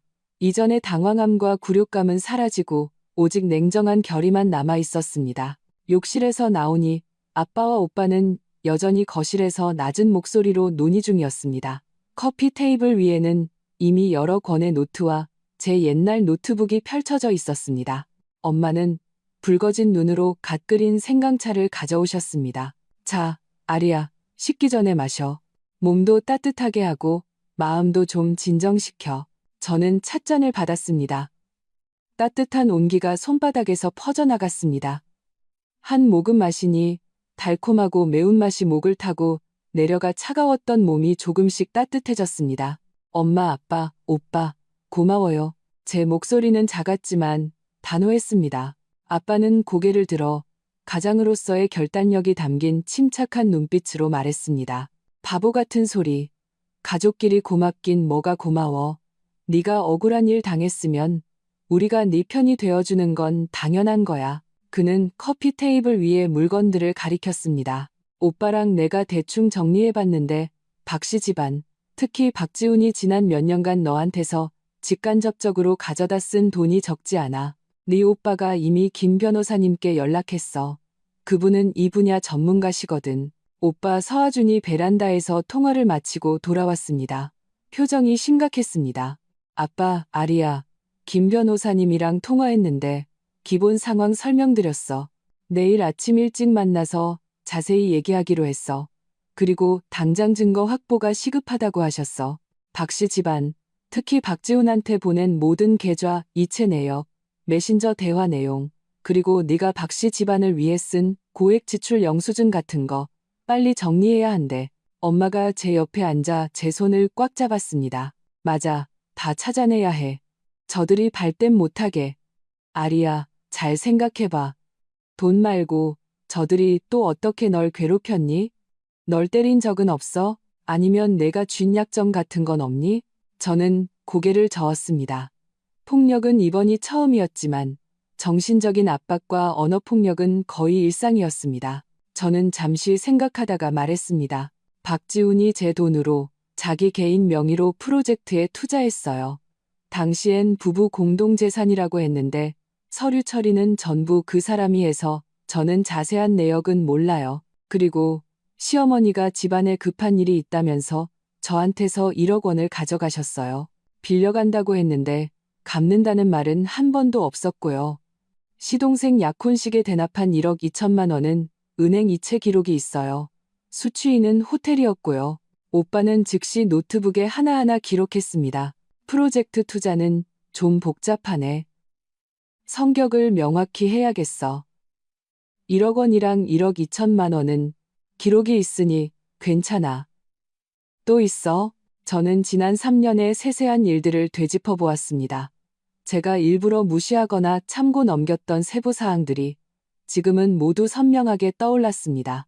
박지훈이 회사 접대비 명목으로 빈번하게 청구했던 고액의 경비, 시어머니가 툭하면 생활비를 보태라고 암시했던 소소한 돈들, 심지어 시동생 박지환이 차를 살 때 박지훈이 저에게 지원하라고 했던 몇 천만 원까지 하나하나 평소에는 작은 일이라고 생각했던 것들이 지금 모아보니 결코 적지 않은 액수였습니다. 아빠는 들을수록 얼굴이 점점 더 굳어졌습니다. 그는 소파 팔걸이를 세게 쳤습니다. 사람을 너무 얕봤어. 우리 서씨 집안을 자기들 현금 인출기로 생각했구나. 아주나, 이거 다 적어도 한 푼도 빠뜨리면 안 돼. 내일 변호사 만날 때 우리가 철저히 준비해야 해. 저를 위해 바쁘게 움직이고 저를 위해 분노하는 가족들의 모습을 보며 제 마음속에 얼음덩어리에 따뜻한 기운이 스며드는 것 같았습니다. 저는 더 이상 혼자 싸우는 게 아니었습니다. 이전의 모든 인내는 더 심한 모욕으로 돌아왔을 뿐. 이제 저는 원금과 이자까지 모두 받아낼 겁니다. 엄마는 제 방을 정리하러 일어나셨고 아빠와 오빠는 거실에서 계속 단서를 정리했습니다. 분위기는 진지하고 집중적이었습니다. 저는 알았습니다. 이 순간부터 저는 더 이상 박씨 집안의 마음대로 주무를 수 있는 며느리 서아리가 아니었습니다. 저는 서씨 집안의 딸이었습니다. 저에게는 저만의 배경이 있고 저만의 수단이 있었습니다. 박씨 집안, 기다려라. 양보와 인내의 시대는 완전히 끝났다. 이 싸움은 내가 아리 곁에서 끝까지 함께할 거다. 아빠의 목소리는 크지 않았지만 거스를 수 없는 힘을 담고 조용한 거실에 울려 퍼졌습니다. 다음 날, 저는 창밖에 눈부신 햇살과 아래층에서 희미하게 들려오는 다툼 소리에 잠에서 깼습니다. 벌떡 일어나 앉으니 순간적으로 멍해져서 박씨 집안의 그 차가운 침실에 있는 줄 알았습니다. 방 안의 익숙한 가구와 이불에서 나는 햇볕 냄새를 맡고서야 완전히 정신을 차렸습니다. 아래층의 소음은 점점 더 커졌습니다. 시어머니 최미숙의 그 찢어질 듯한 날카로운 목소리와 아빠의 분노를 억누른 낮은 고함 소리가 섞여 있었습니다. 저는 즉시 이불을 걷어차고 일어나 대충 외투 하나를 걸치고 밖으로 나갔습니다. 방문을 열자마자 엄마가 우유 한 잔을 들고 계단참에 서서 걱정스러운 얼굴로 아래를 내려다보고 계셨습니다. 저를 보자 엄마는 급히 다가와 제 손에 우유를 쥐어주며 낮은 목소리로 말했습니다. 아리야 일어났니? 내려가지 마. 박씨 집안 사람들이 와서 아래서 난리야. 아빠랑 오빠가 상대하고 있어. 저는 따뜻한 온기가 컵벽을 통해 손바닥에 전해지는 우유를 받아들고 고개를 저었습니다. 엄마, 저 때문에 생긴 일인데 제가 숨어 있을 순 없어요. 그리고 저도 듣고 싶어요. 저들이 또 무슨 말을 하는지. 저는 우유를 들고 한 걸음 한 걸음 계단을 내려갔습니다. 다툼 소리가 점점 더 선명해졌습니다. 서 사장님, 그렇게 말씀하시면 안 되죠. 시어머니 최미숙의 목소리는 밤새 잠을 못 자 쉰 소리가 섞여 있었고 분노로 가득 차 있었습니다. 저희가 언제 아리를 괴롭혔다고 그러세요. 어제 일은 그냥 오해였어요. 아리가 먼저 일 처리를 잘못해서 사돈댁 기분을 상하게 했고 제가 순간적으로 화가 나서 게다가 지훈이도 나중에 먼저 집에 가서 쉬라고 했잖아요. 그런데 걔가 성질이 그렇게 더러운 줄 누가 알았겠어요? 돌아서서 호텔 연회를 취소해 버리다니 그게 2억 원짜리인데 게다가 그렇게 많은 하객들이 있는 자리에서 저희 박씨 집안 체면을 어디다 두라는 말이에요. 아빠의 목소리는 얼음장처럼 차가웠습니다. 오해? 최미숙 씨. 당신이 내 딸 머리에 뜨거운 탕을 붓고 당신 아들이 사람들 앞에서 내 딸더러 꺼지라고 소리친 게 오해라고? 당신들 박씨 집안 체면은 체면이고 내 딸 체면은 체면도 아니란 말이오? 그 2억 원. 내 딸 서아리가 자기 주머니에서 낸 돈이오. 자기 돈 자기가 어떻게 쓰든 당신들이 상관할 바 아니오. 연회를 취소하는 건 고사하고 그걸로 한강에 던져버린다 해도 당신들이 이래라 저래라 할 자격 없어. 맞아요. 오빠 서아준의 목소리도 울려 퍼졌습니다. 박지훈 씨, 당신 남자 맞습니까? 자기 아내가 그렇게 당하고 있는데 찍소리도 못하더니 이제 와서 무슨 낯으로 여기 와서 따지는 겁니까? 분명히 말하는데 이 결혼, 이혼 확정입니다. 그리고 당신들 박씨 집안이 지난 몇 년간 아리한테서 가져간 돈, 한 푼도 빠짐없이 다 토해내야 할 겁니다. 제가 거실 입구에 이르렀을 때 상황이 눈에 들어왔습니다. 박씨 집안은 거의 총출동한 상태였습니다. 시어머니 최미숙은 머리가 헝클어지고 눈 밑이 부어 어제의 우아함은 온데간데 없었습니다. 시아버지 박서방은 잿빛 얼굴로 소파에 앉아 한마디도 하지 않고 있었습니다. 시동생 박지환은 시선을 피하며 저를 쳐다보지 못했습니다. 그리고 제 훌륭한 남편 박지훈은 맨 앞에 서서 양복은 구겨지고 눈은 핏발이 서 있었으며 초조하고 지친 기색이 역력했습니다. 박지훈은 저를 보자 마치 구명줄이라도 잡은 듯 앞으로 한 걸음 달려 나오며 원망과 미세한 간청이 섞인 말투로 말했습니다. 아리야, 드디어 나왔구나. 너 어제 그런 식으로 소란 피워서 우리 집에 얼마나 큰 재앙을 몰고 왔는지 알아? 유난에 지금 엄청 화나서 약혼이 파투날 지경이야. 그 하객들이 돌아가서 우리 박씨 집안을 뭐라고 하겠어. 빨리 호텔에 가서 설명하고 돈 메꾸고 서비스 복구시켜. 그리고 유난의 집에 가서 사과해. 그럼 이 일은 없던 걸로 할 수 있어. 저는 그를 보며 문득 너무나 낯설고 심지어 좀 우습다는 생각까지 들었습니다. 이 지경에 이르러서도 그는 여전히 자기들 박씨 집안의 체면, 김윤환의 집의 반응, 그리고 자기 자신을 공경에서 빼낼 생각뿐이었습니다. 그는 제가 뜨거운 탕을 뒤집었었을 때 어떤 기분이었을지, 그에게 사람들 앞에서 꺼져라는 말을 들었을 때 어떤 심정이었을지 조금도 생각하지 않았습니다. 저는 박지훈을 무시하고 그의 너머로 시선을 옮겨 시어머니 최미숙의 얼굴을 보았습니다. 저는 천천히 우유를 한 모금 마시고 입을 열었습니다. 목소리는 파도 한 점 없는 잔잔한 호수 같았습니다. 어머님, 어제 그 탕 한 그릇이 제 정신을 번쩍 들게 해주셨어요. 최미숙은 제가 이런 반응을 보일 줄은 몰랐다는 듯 잠시 멍해 있었습니다. 저는 담담하게 말을 이었습니다. 그래서 연회는 제가 취소했습니다. 돈은 메꾸지 않을 것이고 사과는 더더욱 할 생각 없습니다. 김윤아 씨 집안이 화가 나든 약혼이 파투가 나든 그건 당신들 박씨 집안의 일이지 저 서아리와는 이제 아무 상관없습니다. 박지훈은 조급해져서 다시 저에게 달려들려 했습니다. 서아리, 너 진짜. 아빠가 찻상을 세게 치며 벌떡 일어났습니다. 박지훈, 네가 지금 우리 집에서 감히 소리를 질러? 내 부모 데리고 당장 꺼져. 다시는 아리 괴롭히지 마. 그때는 나도 가만 안 있을 테니. 아준아, 손님 배웅해드려라. 오빠 서아준이 즉시 앞으로 나서 큰 키와 압도적인 기세로 박씨 집안 사람들을 향해 차갑게 나가달라는 손짓을 했습니다. 시어머니 최미숙은 분노로 온몸을 떨며 우리를 향해 손가락질했습니다. 너희 서씨 집안 힘만 믿고 좋아, 두고 봐. 이대로 안 끝나. 지훈아, 가자. 이혼해.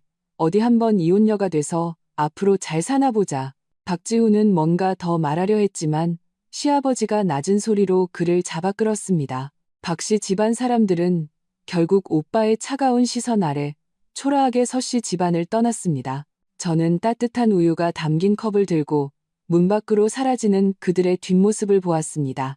마음에는 아무런 동요도 없었습니다. 체면? 말로?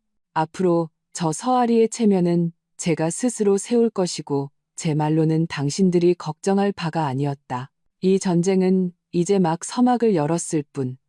그리고 저는 전면적인 반격을 할 준비가 되어 있었다. 박씨 집안 사람들이 잿빛 얼굴로 떠나고 집안은 순간 조용해졌습니다. 아빠의 무거운 숨소리와 엄마의 작은 흐느낌 소리만 남았습니다. 저는 마시다만 우유컵을 내려놓고 엄마의 어깨를 감싸 안았습니다. 엄마, 울지 마세요. 그런 사람들 때문에 울 가치도 없어요. 아빠는 굳은 얼굴로 거실을 몇 걸음 서성이다가 고멈춰서 저를 보셨습니다. 아리야, 네가 방금 잘했다. 저렇게 뻔뻔한 인간들한테는 조금도 좋은 낯을 보여주면 안 돼. 아빠는 잠시 말을 멈추고 날카로운 눈빛으로 말했습니다. 하지만 저들이 이대로 물러서진 않을 거다. 특히 돈 문제 가지고는 분명히 발뺌할 거야. 아주나, 김 변호사님이랑은 몇 시에 약속 잡았지? 오빠가 시계를 보며 대답했습니다. 아빠, 10시예요. 1시간 좀 더 남았어요. 제가 준비해서 이따 아리랑 같이 갈게요. 저는 고개를 끄덕였습니다. 마음속에는 이미 계획이 있었습니다. 아빠, 엄마, 오빠, 걱정 마세요. 저는 예전에 그 마음대로 휘둘리던 서아리가 아니에요. 저들이 제게 한 그대로 돌려줄 거예요. 그리고 저들이 발뺌할 기회는 주지 않을 거예요.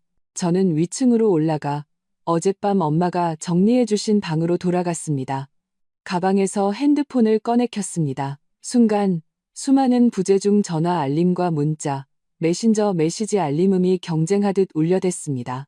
대부분 박지훈과 시어머니 최미숙에게서 온 것이었습니다.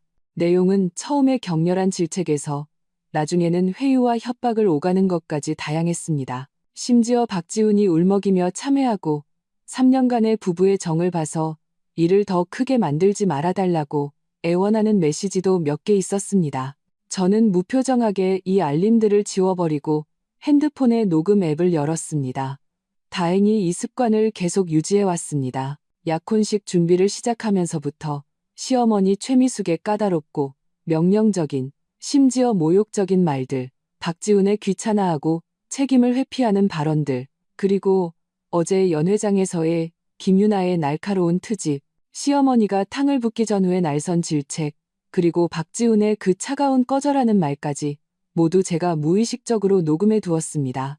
당시 녹음은 아마 잠재적인 자기보호 본능이었을 텐데 정말로 쓸모가 있을 줄은 몰랐습니다. 저는 이어폰을 끼고 이 오디오 파일들을 빠르게 훑어보며 가장 충격적인 몇 부분을 골라냈습니다. 이어폰에서 들려오는 그 익숙하면서도 귀에 거슬리는 목소리들을 들으며 어제의 굴욕감이 다시금 밀려왔습니다. 하지만 이번에는 그것과 함께 차가운 평정심이 찾아왔습니다. 이것들은 모두 제 반격의 무기가 될 것이었습니다. 9시 30분, 저는 오빠 서아준과 함께 김 변호사의 법률사무소로 향했습니다. 김 변호사는 40대쯤으로 보이는 영리하고 유능해 보이는 중년 남성이었습니다. 제가 차분하게 상황을 설명하고 오빠가 미리 정리한 이체 기록과 지출 명세서를 꼼꼼히 검토한 후 그의 표정이 심각해졌습니다. 서아리 씨, 상황은 대략 파악했습니다. 법적으로 볼 때 박 씨 집안을 위해 대납하신 금액, 특히 2억 2천만 원의 연회비는 명확한 이체 기록이 있어 회수 가능성이 매우 높습니다. 박지훈 씨 개인 명의의 투자는 프로젝트의 성격과 자금 흐름을 추가적으로 조사해야 해서 좀 복잡합니다. 하지만 가장 중요한 것은 이혼 과정에서의 유책, 배우자 랜딩과 재산 분할입니다. 저는 고개를 끄덕이고 가방에서 핸드폰을 꺼냈습니다. 김 변호사님, 저에게 오디오 증거가 좀 있습니다. 저는 그중 하나의 녹음 파일을 틀었습니다. 바로 어제 시어머니 최미숙이 연회장에서 키위 플레이팅 문제로 저를 날카롭게 질책하고 결국 탕 그릇을 빼앗아 제게 붓고 박지훈이 저에게 꺼지라고 한 그 부분이었습니다. 주변이 좀 소란스러웠지만 대화 내용은 명확하게 들렸습니다. 특히 탕 그릇이 부딪히는 날카로운 소리와 제억 눌린 비명 소리는 현장감을 극대화했습니다. 김 변호사는 다 듣고 나자 눈이 빛났습니다.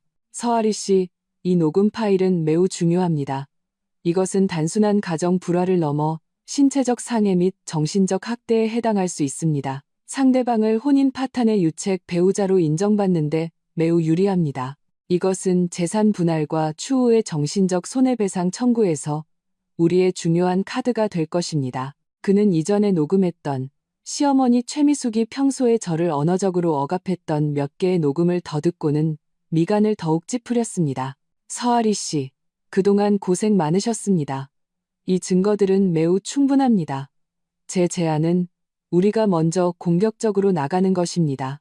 이혼 소송을 제기함과 동시에 이 탕을 부은 녹음을 근거로 상대방에게 변호사 명의의 내용 증명을 발송하여 우리 측이 관련 책임을 추궁할 것이며 적절한 시점에 일부 증거를 공개할 권리를 보유하고 있음을 명확히 알리는 겁니다. 그들에게 압박을 가해야 합니다. 오빠가 책상을 탁 쳤습니다. 맞습니다. 그렇게 해야죠. 저들이 와서 난리치는 것만 기다릴 순 없죠. 김 변호사님, 말씀하신 대로 진행해 주세요. 최대한 빨리 내용 증명을 보내주십시오. 저는 김 변호사와 오빠를 보며 마음속에 차가운 돌덩이가 제자리를 찾은 것 같았습니다. 바로 이것이었다. 내가 원하던 효과. 박씨 집안은 체면을 가장 중시하죠. 그렇다면 나는 가장 공식적이고 부인할 수 없는 법적 절차를 통해 그들의 체면을 한 겹 한 겹 벗겨낼 것이다. 이것은 단지 돈 때문이 아니었다. 이것은 정의를 되찾기 위함이었다. 법률 사무소를 나올 때 햇살이 좋았습니다. 오빠는 저를 보며 안타까움과 자랑스러움이 섞인 눈빛으로 말했습니다. 아리야, 네가 어른이 됐구나. 오빠가 생각했던 것보다 훨씬 더 강하고 저는 웃으며 아무 말도 하지 않았습니다. 어른이 되었다? 아마도 그 뜨거운 탕 한 그릇과 그 차가운 꺼져라는 한마디에 뜨겁게 데이고 정신을 차린 것이겠죠. 앞으로의 길이 평탄하지 않을 수도 있겠지만 저는 알았습니다. 저는 다시는 돌아보지 않을 것이고 절대로 마음 약해지지도 않을 것이라는 것을. 박씨 집안, 우리의 싸움은 이제 본격적으로 시작이다. 그리고 첫 번째 내용 증명이 바로 나의 선전포고다. 김 변호사 사무실에서 나왔을 때 햇살은 눈부셨지만 저는 온몸에 힘이 넘치는 것을 느꼈습니다. 그것은 허세 부리는 분노가 아니라 목표가 명확하고 차근차근 계획을 실행하는 냉정이었습니다. 내용 증명은 이미 작성되었고 곧 박씨 집안으로 발송될 것이었습니다. 그것은 잔잔한 연못에 던져지는 강력한 폭탄이 될 것이었습니다. 하지만 저는 이것만으로는 부족하다는 것을 알았습니다.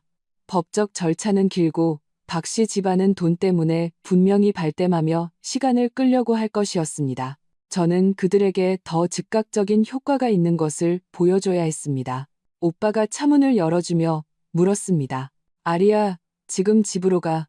아니면. 저는 조수석에 앉아 안전벨트를 매고 앞을 보며 평온한 어조로 말했습니다. 오빠, 집 말고 박씨 집안으로 가자. 오빠는 멈칫했습니다. 박씨 집으로? 지금 가면 저 사람들 불같이 화나 있을 텐데 일부러 화를 자초하는 거 아니야? 저는 고개를 돌려 오빠를 보며 아무런 온도도 없는 미소를 지었습니다. 싸우러 가는 거 아니야. 내 물건 찾으러 가는 거야. 오빠는 즉시 알아차렸습니다. 네가 그 집에 사줬던 것들 말하는 거지? 저는 고개를 끄덕이며 단호한 눈빛으로 말했습니다. 엄마가 예전에 사주신 비취 반지를 최미숙 여사가 보고는 졸라서 가져갔어. 그리고 아빠가 해외에서 사다 주신 샤넬 한정판 가방도 박지훈이 체면 세운다고 빌려가서 돌려주지 않았고 내가 박지환 생일 선물로 사준 롤렉스 시계도 있고 자잘한 것들까지 합치면 꽤 많아. 예전에는 한 가족이니까 따지지 않았지만 이제 가족이 아니니 내 물건은 하나도 거기에 남겨둘 수 없어. 오빠는 잠시 생각하더니 이내 비열한 미소를 지었습니다. 좋아. 오빠가 같이 가줄게. 당연히 찾아와야지. 그 배은망덕한 놈들 좋은 일 시킬 순 없지. 그런데 우리 둘만 가도 괜찮을까? 친구 몇 명 부를까? 저들이 궁지에 몰리면 무슨 짓을 할지 모르잖아. 저는 잠시 생각하다가 말했습니다. 아니, 우리 둘만 가. 오빠는 동영상 찍고 나는 물건 챙기고 저들이 손대면 그 동영상이 증거가 되고 바로 경찰에 신고하면 돼. 지금은 저들이 일을 더 크게 만드는 걸 더 두려워할 거야. 차가 박씨 집안으로 향하는 동안 저는 창밖으로 빠르게 지나가는 거리 풍경을 보며 되찾아올 물건 목록을 머릿속으로 정리했습니다. 각 물건은 마치 하나의 낙인처럼 제 과거 3년간의 어리석은 헌신과 타협을 기록하고 있었습니다. 이제 저는 제 손으로 이 낙인들을 제 인생에서 완전히 지워버릴 것이었습니다. 박씨 집안 아파트 아래에 도착해서 오빠는 핸드폰을 동영상 모드로 설정하고 손에 들었습니다. 카메라는 일단 아래로 향하게 해서 촬영하지 않는 척했습니다. 우리는 위층으로 올라가 그 익숙한 문을 두드렸습니다. 안에서 시어머니 최미숙의 경계심 가득한 목소리가 들렸습니다. 누구세요? 저예요. 서아리. 제 목소리는 평온하고 흔들림 없었습니다. 문 안쪽이 몇 초간 조용해지더니 부스럭거리는 소리가 들렸습니다. 누군가 외시경으로 보는 듯 했습니다. 그리고 문이 거칠게 살짝 열렸습니다. 시어머니 최미숙의 분노와 수면 부족으로 부어오른 얼굴이 드러났습니다. 눈빛에는 원망과 경계심이 가득했습니다. 서아리, 네가 여길 또 와. 무슨 꿍꿍이야. 저는 그녀의 저기를 무시하고 문을 밀고 들어가 오빠와 함께 안으로 들어섰습니다. 시아버지 박서방은 소파에 앉아 있다가 우리를 보고는 불편한 기색으로 고개를 돌렸습니다. 박지우는 집에 없었습니다. 아마 밖에서 해결책을 찾으러 돌아다니는 모양이었습니다. 저는 그들과 실랑이할 시간이 없었습니다. 바로 본론을 말했습니다. 제 물건 찾으러 왔어요. 엄마가 주신 비취 반지, 아빠가 사주신 가방, 그리고 제가 박지환에게 준 시계, 그 외에 제 개인 물건 전부요. 최미숙은 그 말을 듣자마자 폭발했습니다. 날카롭게 소리쳤습니다. 뭐, 내 물건? 그건 네가 좋아서 우리한테 준 거잖아. 준 걸 다시 달라고? 너 양심도 없니? 저는 차갑게 그녀를 쳐다보며 말했습니다. 준 거라고요? 그건 제가 박씨 집안 며느리라는 신분을 기반으로 한 것이었습니다. 이제 그 신분이 존재하지 않으니 물건은 당연히 되찾아가야죠. 만약 주신 거라고 주장하신다면 제가 명확하게 증여 의사를 표시한 증거를 내놓으세요. 그렇지 않으면 보관 위탁이었던 것이니 이제 원주인에게 돌려주세요. 오빠가 이때 핸드폰을 들어 카메라를 최미숙에게 향하게 했습니다. 평온한 어조로 주의를 주었습니다. 어머님, 저희는 모든 과정을 녹화하고 있습니다. 언행에 주의해 주시기 바랍니다. 최미숙은 카메라를 보자 기세가 반으로 꺾였지만 여전히 버텼습니다. 너희들, 이거 강도짓이야. 경찰에 신고할 거야. 마음대로 하세요. 저는 그녀를 지나쳐 곧장 안방으로 들어갔습니다. 그 비취 반지는 그녀가 평소에 침대 머리맡 보석함에 넣어두었습니다. 저는 서랍을 열었습니다. 역시나 그 익숙한 벨벳 상자가 있었습니다. 저는 꺼내서 열어 확인했습니다. 영롱한 비취색, 흠집 하나 없었습니다. 저는 상자를 닫고 주머니에 넣었습니다. 너 뭐 하는 짓이야. 그거 내 거야. 최미숙이 달려들어 빼앗으려 했지만 오빠가 팔로 막아섰습니다. 저는 그녀를 무시하고 옷방으로 가서 가장 안쪽 칸에서 약간의 먼지가 쌓인 한정판 핸드백을 꺼냈습니다. 박지우는 전혀 가치를 몰라서 한 번 들고는 귀찮다며 던져두었습니다. 저는 꼼꼼히 확인했고 손상된 곳이 없었습니다. 그리고 저는 박지환의 방으로 갔습니다. 그는 약혼 후 김유나와 밖에서 사는 것 같았고 방은 비어 있었습니다. 서랍에서 그 시계를 찾아냈습니다. 이 모든 것을 마치고 저는 제가 3년간 살았던 이 집을 둘러보았습니다. 마음에는 어떤 미련도 없었습니다.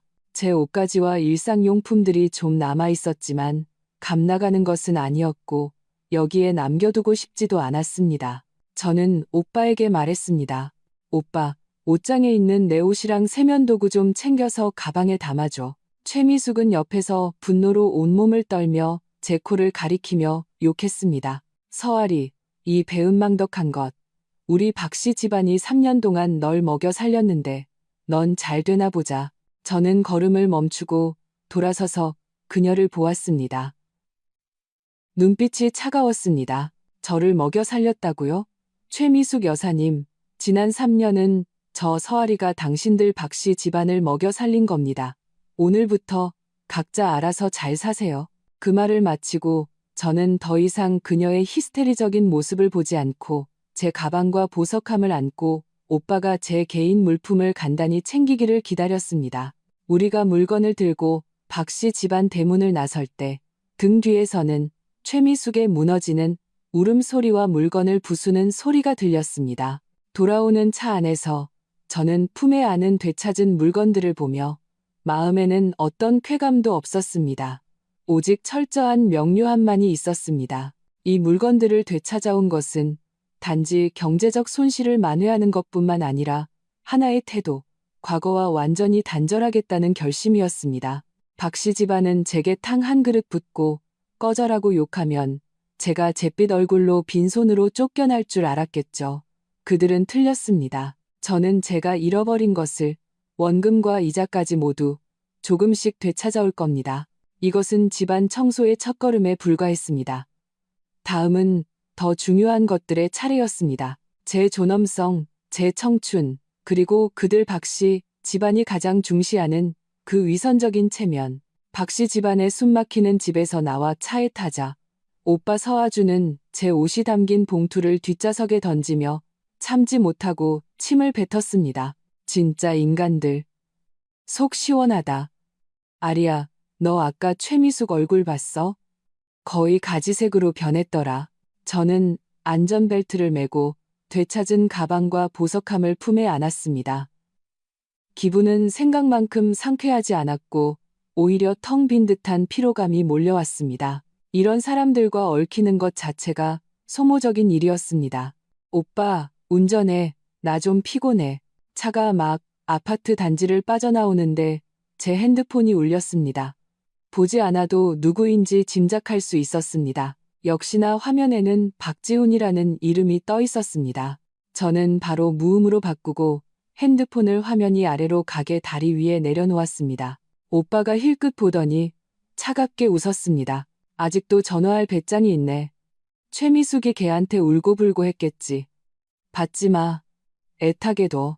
핸드폰은 끈질기게 여러 번 불이 켜졌다가 마침내 조용해졌습니다. 하지만 몇 분도 지나지 않아 다시 미친 듯이 진동하기 시작했습니다. 이번에는 카카오톡이었습니다. 메시지 알림음이 연달아 정신없이 울렸습니다. 저는 핸드폰을 들어 카카오톡을 열었습니다. 역시 박지훈이었습니다. 최근 몇 개는 음성 메시지였습니다. 저는 스피커폰으로 틀었습니다. 그의 분노와 약간의 공포가 섞인 목소리가 즉시 차 안을 가득 채웠습니다. 서아리, 너 미쳤어? 누가 너더러 우리 집에 와서 물건 훔쳐가래? 우리 엄마 너 때문에 심장병으로 쓰러지시겠다. 당장 반지랑 가방 돌려놔. 그거 우리 엄마 거라고. 이어서 또 다른 메시지. 말투는 조금 부드러워졌지만 여전히 비난조였습니다. 아리야, 어제 엄마가 잘못했고 나도 잘못했어. 내가 사과할게. 됐지? 그래도 일을 이렇게 극단적으로 만들면 어떡해. 당장 돌아와. 우리 얘기 좀 하자. 부부싸움은 칼로 물 베기랬잖아. 다음 메시지는 다시 협박으로 변했습니다. 서아리, 내가 경고하는데 나 더 이상 자극하지 마. 너 진짜 일 크게 만들면 내 직장까지 망하게 하면 너한테 무슨 좋은 일이 있겠어? 너 이제 이혼녀인데 나 떠나면 무슨 좋은 남자 만날 수 있을 것 같아? 잘해줄 때 알아서 해. 마지막 메시지는 거의 절규에 가까웠고 막다른 길에 몰린 광기가 섞여 있었습니다. 서아리, 듣고 있어? 물건 돌려놔. 그리고 호텔 위약금 2억 원 내가 다 내야 해. 안 그러면 내가 네 아버지 회사에 쳐들어가서 난리 칠 거야. 너희 서씨 집안도 편하게 못 살게 만들어주겠어. 이 논리도 없고 무능한 분노만 가득한 음성 메시지들을 듣고 저는 화가 나기보다는 웃음이 나왔습니다. 이 사람이 제가 눈이 멀어 선택했던 남자라니. 문제가 생기면 불평하고 책임 전가하고 협박하고 가장 악독한 말로 저를 공격하는 것 외에는 어떤 책임감도 방법도 없는 사람이었습니다. 오빠는 듣다가 분노가 치밀어 핸들을 부서져라 꽉 쥐었습니다. 빌어먹을 자식, 감히 아빠까지 협박해? 아리야, 신경 쓰지 마. 걔가 아빠 회사에 오기만 해봐. 내가 다리를 부러뜨려 놓을 테니. 저는 고개를 저으며 아무 말 없이 핸드폰을 들어 박지훈의 프로필을 눌렀습니다. 설정에 들어가 친구 삭제라는 빨간색 옵션 위에서 손가락을 잠시 멈췄다가 망설임 없이 눌렀습니다. 세상이 조용해졌습니다. 이 행동을 마치고 나서야 저는 길게 숨을 내쉬고 의자에 기대 눈을 감았습니다. 삭제하고 차단하는 것은 회피가 아니었습니다. 그것은 선언이었습니다. 저와 박지훈, 저와 박씨 집안은 완전히 연을 끊었다는 선언. 이제부터 그들의 희로애락, 생사고락은 저 서아리와 아무런 관련이 없다는 선언. 오빠는 제가 박지훈을 삭제하는 것을 보고 잠시 멈칫하더니 이내 한숨을 쉬었습니다. 잘했어. 보고 있으면 역겨우니까. 그런데 아리야, 걔가 아까 아빠 회사 얘기를 하던데. 저는 눈을 떴습니다. 눈빛에는 어떤 동요도 없었습니다. 오빠, 걱정 마. 걔는 못해. 지금 자기 코가 석자인데.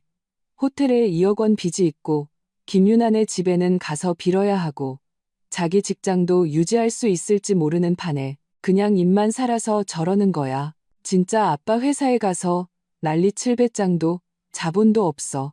저는 잠시 말을 멈추고 차가운 미소를 지었습니다. 게다가 지금 걔가 가장 걱정해야 할 건 우리 서씨 집안이 아니라 김 변호사님이 곧 보낼 그 내용 증명일걸. 그 안에는 걔가 더 두려워하는 것들이 들어있으니까. 오빠는 고개를 끄덕였습니다. 눈빛도 냉정해졌습니다. 맞아. 내용 증명이 본론이지. 저런 미친 개는 상대할수록 더 날뛰어. 아리야, 너 정말 예전이랑 달라졌어. 달라졌죠. 가장 가까운 사람에게 머리 위로 뜨거운 탕을 맞으면 아무리 뜨거운 마음이라도 차갑게 식고 단단해지기 마련입니다. 박지훈에게, 박씨 집안에게 저는 이제 어떤 정도 남지 않았습니다. 오직 명확한 계산과 뚜렷한 목표만이 남았습니다. 제 물건을 되찾아온 것은 첫걸음에 불과했습니다. 다음은 그들이 제게서 빼앗아간 것을 원금과 이자까지 모두 토해내게 할 것이었습니다. 그리고 저 서아리를 모욕하는 것이 어떤 대가를 치러야 하는지 똑똑히 깨닫게 해줄 것이었습니다. 박지훈의 협박은 제게는 패배한 개의 짖음으로밖에 들리지 않았고 오히려 제가 앞으로 나아갈 길을 더욱 굳건하게 해주었습니다. 차가 친정 아파트 단지로 들어섰습니다. 햇살이 좋았습니다. 저는 알았습니다. 집에는 부모님이 따뜻한 밥과 반찬, 그리고 저를 위해 항상 열려있는 따뜻한 항구를 준비해 두셨을 것이라는 것을. 그리고 저의 싸움은 이제 막 진정한 핵심 단계로 접어들고 있었습니다. 내용 증명을 보낸 지 사흘째, 박씨 집안 쪽에서 역시 새로운 움직임이 있었습니다. 하지만 이번에는 박지훈이나 최미숙 여사가 직접 찾아온 것이 아니라 시아버지였던 박서방에게서 전화가 왔습니다. 이건 좀 의외였습니다. 전화기 너머 박서방의 목소리는 많이 늙어 있었고 억지로 억누른 피로감과 저자세가 느껴졌습니다. 아리야, 나다, 아비다. 그는 잠시 말을 멈췄습니다. 스스로도 그 호칭이 어색한 듯 했습니다. 내용 증명 우리가 받았다. 일이 이 지경까지 오면 서로에게 좋지 않잖니. 지훈이 엄마가 충동적이었고 지훈이도 말이 거칠었지. 내가 그 애들 대신 사과하마. 우리 다 한 가족인데 앉아서 얘기로 풀 수 없는 일이 어디 있겠니? 굳이 법정까지 가서 남들 웃음거리 될 필요 없잖니. 저는 전화기를 쥔 채 속으로 냉소했습니다. 이제 와서 한 가족이라고? 이제 와서 남들 웃음거리가 될까봐 두렵다고? 탕을 붓고 꺼지라고 할 때는 왜 한 가족이라는 생각을 못했을까? 제 말투는 감정이 드러나지 않게 평온했습니다. 아버님, 내용 증명에 명확히 적혀 있습니다. 저와 박지훈 씨 사이에는 더 이상 나눌 얘기가 없습니다. 무슨 문제가 있다면 제 변호사가 아버님 측과 소통할 겁니다. 박서방은 다급해졌습니다. 목소리가 조금 높아졌습니다. 아리야, 그러지 마라. 설령 네가 지훈이랑 더 이상 못 살겠다고 해도 그 1억 2천만 원 연회비랑 그 물건들은 뭔가 얘기가 있어야지. 네가 한꺼번에 다 가져가 버리면 이건 우리 박씨 집안 숨통을 끊는 거나 마찬가지야. 우리가 어디에 그런 돈이 있니? 지훈이도 요즘 직장에서 일이 잘 안 풀리고 유난의 쪽에서도 감성팔이를 시작했습니다. 박 씨 집안의 어려움을 내세워 제 동정심을 자극하려는 것이었습니다. 예전에 마음 약했던 서아리라면 정말로 망설였을지도 모릅니다. 하지만 지금은 그저 비꼬고 싶을 뿐이었습니다. 아버님 돈 문제는 내용 증명에 이미 근거가 명확히 명시되어 있습니다. 박 씨 집안의 어려움에 대해서는 죄송하지만 제가 초래한 것이 아니며 제가 그 결과를 책임질 이유도 없습니다. 다른 일이 없으시면 끊겠습니다. 잠깐, 끊지 마. 박서방은 다급하게 외쳤습니다. 말투에는 애원이 섞여 있었습니다. 아리야, 아버지가 부탁이다.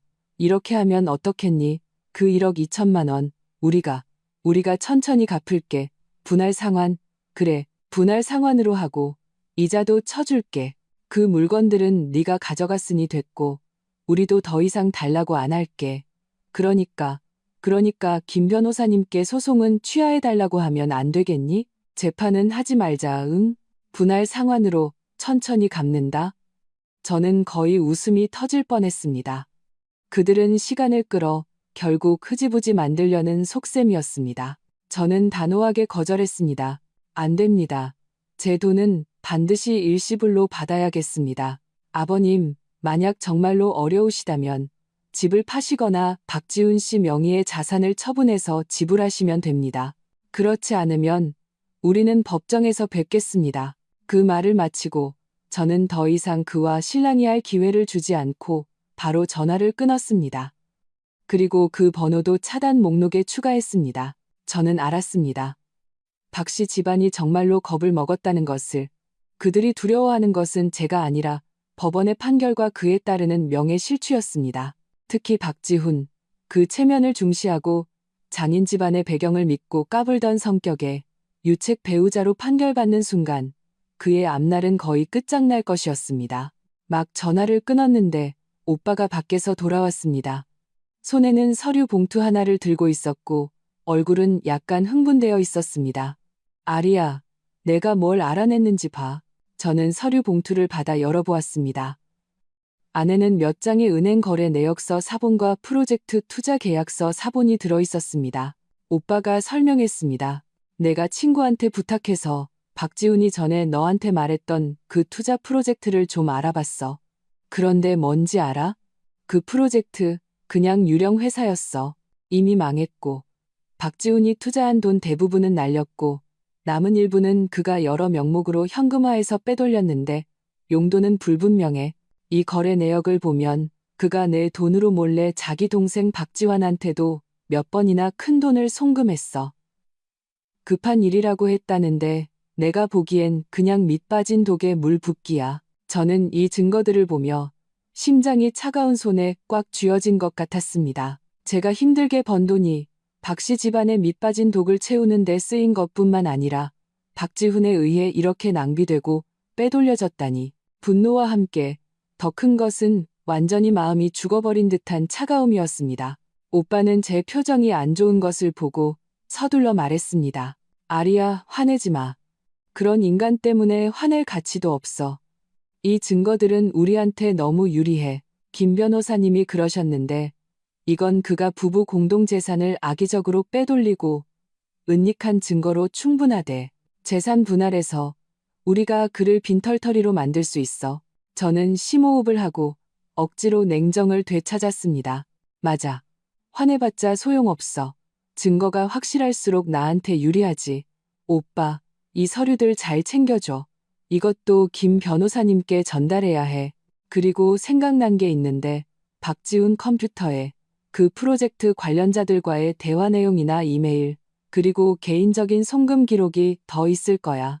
오빠의 눈이 빛났습니다. 맞아. 컴퓨터, 박지훈 그 노트북, 평소에 보물처럼 다루잖아. 분명히 뭔가 있을 거야. 그런데 컴퓨터는 걔가 가지고 있는데 우리가 어떻게 그걸 손에 넣어? 저는 잠시 생각했습니다. 박지훈은 이를 집에 가져와서 하는 습관이 있었습니다. 그리고 컴퓨터에는 비밀번호가 걸려 있지만 저는 그가 어떤 비밀번호를 습관적으로 쓰는지 알고 있었습니다. 더 중요한 것은 제가 그의 낡은 USB 하나를 기억하고 있다는 것이었습니다. 그 안에는 백업 파일들이 들어있었고 그 USB는 그의 서재 서랍 잡동사니 함에 있었습니다. 지난번에 물건을 챙길 때 저는 명백히 제 것인 물건들만 가져왔고 그 USB는 건드리지 않았습니다. 오빠, 우리 박씨 집에 한 번 더 가야 할 것 같아. 저는 오빠를 보며 단호한 눈빛으로 말했습니다. 싸우러 가는 거 아니야. 증거를 가지러 가는 거야. 저들이 지금 정신없는 틈을 타면 경계가 덜할 수도 있어. 오빠는 잠시 멈칫하더니 이내 제 의도를 알아차렸습니다. 얼굴에는 모험적인 흥분이 스쳤지만 약간의 걱정도 있었습니다. 위험하지 않을까? 만약 잡히면 저는 냉정하게 분석했습니다. 위험은 있지만 시도해볼 가치는 있어. 저들이 집에 없을 만한 시간을 골라서 신속하게 처리하면 돼. 그 USB 안에 있는 증거만 손에 넣으면 그게 박지훈을 무너뜨리는 마지막 지푸라기가 될 가능성이 커. 이번에는 제가 수동적으로 얻어맞으며 내용 증명이 효력을 발휘하기만을 기다리는 것이 아니었습니다. 저는 주도적으로 공격하여 용의 심장을 찌르고 가장 핵심적인 증거를 확보하여 박지훈과 박씨 집안이 더 이상 어떤 반격이나 변명도 할 수 없게 만들 것이었습니다. 이 이혼 소송, 저는 깨끗하게 이길 것이고 그들이 철저하게 지게 만들 것이었습니다. 박씨 집안은 제게 탕 한 그릇 붓는 것이 끝이라고 생각했겠지만 그들은 몰랐습니다.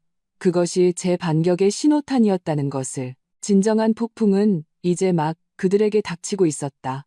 USB를 손에 넣는 과정은 생각보다 훨씬 순조로웠습니다. 박씨 집안은 정말로 아수라장이 되어 다른 것을 신경 쓸 겨를이 없었습니다. 오빠와 저는 박지훈이 회사에서 정신없이 바쁘고 최미숙 여사가 인맥을 동원하러 나갔을 법한 오후 시간을 골라 다시 박씨 집의 문을 두드렸습니다. 역시나 집에는 시아버지 박서방 혼자였습니다. 그는 문을 열고 우리를 보자 표정이 변했지만 결국 아무 말도 하지 않고 피곤한 손짓으로 들어오라는 신호를 보냈습니다. 그리고는 자신은 침실로 들어가 버렸습니다. 우리는 곧장 서재로 향했습니다. 낡은 USB가 들어있는 잡동사니 함은 여전히 그 자리에 있었습니다. 저는 신속하게 그것을 찾아 제가 가져온 노트북에 꽂았습니다. 심장이 조금 빨리 뛰었지만 손가락은 안정적이었습니다. 제가 기억하던 비밀번호를 입력하자 한 번에 성공했습니다. USB 안의 파일들은 복잡했지만 저는 곧 박지훈의 이름으로 된 폴더를 찾았습니다. 그 안에는 놀랍게도 그 유령 회사와의 프로젝트 계약서, 자금 거래 명세서, 심지어 그가 상대방과 손실을 만회하려 협상하던 대화 기록 캡처까지 있었습니다. 더 충격적인 것은 다른 파일이었습니다. 거기에는 그가 박지환에게 여러 번 큰 금액을 송금한 기록 캡처와 정체불명의 여성 몇 명과 나눈 음란한 대화 기록이 저장되어 있었습니다. 그 기간은 심지어 우리의 결혼 생활 중에 걸쳐 있었습니다. 증거는 명백했고 반박의 여지가 없었습니다. 저는 USB를 뽑아 손에 꽉 쥐고 오빠와 눈을 마주친 후 신속하게 박씨 집을 떠났습니다. 이번에는 누구도 방해하지 않았습니다. 이 새로운 증거들을 김 변호사에게 전달했을 때 그는 꼼꼼히 검토한 후 승리를 확신하는 미소를 지었습니다. 서아리 씨, 이 증거들은 정말 결정적입니다. 특히 혼인 중 부정행위와 악의적인 재산 은닉, 이 두 가지는 박지훈 씨가 법정에서 어떤 반격도 할 수 없게 만들 겁니다. 우리는 즉시 재산 보전 신청을 해서 그의 명의로 된 계좌와 자산을 동결시킬 수 있습니다. 이 소송, 우리가 이겼습니다. 이후의 일들은 도미노가 쓰러지듯 예상보다 훨씬 빠르게 진행되었습니다. 김 변호사의 조치는 신속하고 단호했습니다. 재산 보전 신청은 신속하게 승인되었고 박지훈의 회사 계좌와 그의 개인 명의 주요 은행 계좌가 즉시 동결되었습니다. 그의 위태롭던 프로젝트는 완전히 중단되었고 협력사들은 줄줄이 투자를 철회했으며 회사는 파산 위기에 직면했습니다. 설상가상으로 김윤환의 집안은 어떤 경로로든 박지훈의 혼인 중 부정행위와 곧 파산할 것이라는 소식을 듣고 강경한 태도로 약혼을 파기하고 이전에 지원했던 자금을 회수해 갔습니다. 박지환의 결혼은 완전히 무산되었습니다. 최미숙 여사는 사방으로 사람을 찾아다니며 상황을 되돌리려 했지만 우리가 이렇게 확실한 증거를 쥐고 있다는 것을 알게 되자 이전에 가슴을 치며 해결해주겠다고 장담했던 친구들은 모두 연락을 피했습니다. 그녀는 화병으로 정말로 병원에 입원했다고 들었습니다. 하지만 이번에는 곁에서 차를 따라주고 약을 챙겨주며 병원비를 대납해줄 그 착한 며느리는 없었습니다. 박지우는 막다른 길에 몰리자 그의 먼 친척을 통해 아빠에게 연락을 취해왔습니다. 눈물 콧물을 흘리며 참회하고 심지어 무릎까지 꿇으며 아빠에게 과거의 정을 봐서 저를 설득해 소송을 취하하고 자신에게 살기를 열어달라고 애원했습니다. 아빠는 그저 차갑게 그를 쳐다보며 말했습니다. 지훈아, 길은 스스로가 만드는 것이다. 내가 예전에 아리에게 어떻게 했는지 지금 그대로 그 결과를 감당해야 한다. 우리 서씨 집안은 아리의 결정에 간섭하지 않을 것이다. 돌아가거라. 결국 김 변호사의 강력한 공세와 우리가 쥔 절대적인 증거 앞에서 박지훈과 그의 변호사는 속수무책으로 밀렸습니다. 재판까지 갈 필요도 없이 재판 전 조정에 동의했습니다. 조정 결과는 의심의 여지가 없었습니다. 첫째, 양측은 이혼한다. 둘째, 박지훈은 혼인 파탄의 중대한 유책 배우자로 인정된다. 셋째, 부부 공동재산, 즉 결혼 생활 동안 살았던 아파트는 비록 첫 계약금은 우리 집에서 냈지만 결혼 후 공동으로 대출금을 상환했으므로 절대 다수가 제 소유로 판결되었다. 박지훈은 거의 빈털터리로 쫓겨났다. 넷째, 박지훈은 제가 대납했던 1억 2천만 원의 연회비, 1억 원의 대여금 및 그가 유용한 기타 금액을 이자와 함께 일시불로 반환해야 한다. 다섯째, 박지훈은 저에게 정신적 손해배상금, 위자료를 지급해야 하며 그 금액은 그가 남은 개인 자산을 모두 처분해야만 지불할 수 있는 액수였다. 박씨 집안은 하룻밤 사이에 겉보기에 풍족했던 중산층 가정에서 빚더미에 앉고 악명 높은 집안으로 전락했습니다.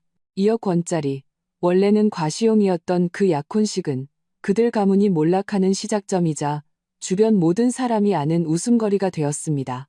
이혼 판결문이 나온 날, 저는 그 얇은 서류를 들고 구청 앞에 섰습니다. 햇살이 조금 눈부셨습니다. 오빠가 저와 함께 와주었습니다. 그는 제 어깨를 두드리며 아무 말도 하지 않았지만 눈빛에는 지지와 안도감이 가득했습니다.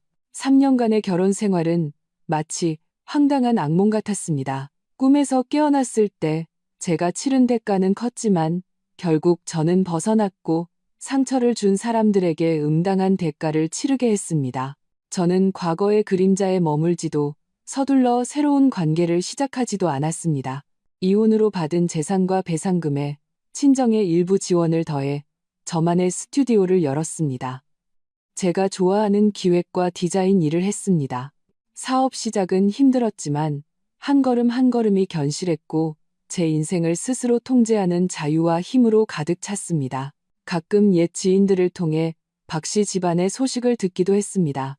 박지훈은 파산 후 지방으로 내려갔고 잘 지내지 못한다고 들었습니다. 최미숙 여사는 큰 병을 앓은 후 정신이 좀 오락가락하고 더 이상 기세등등하지 못하게 되었다고 합니다. 시동생 박지환은 김유나와 헤어진 후 빈둥거리며 집안의 짐이 되었다고 합니다. 이런 소식을 들었을 때 제 마음에는 더 이상 어떤 파문도 일지 않았습니다.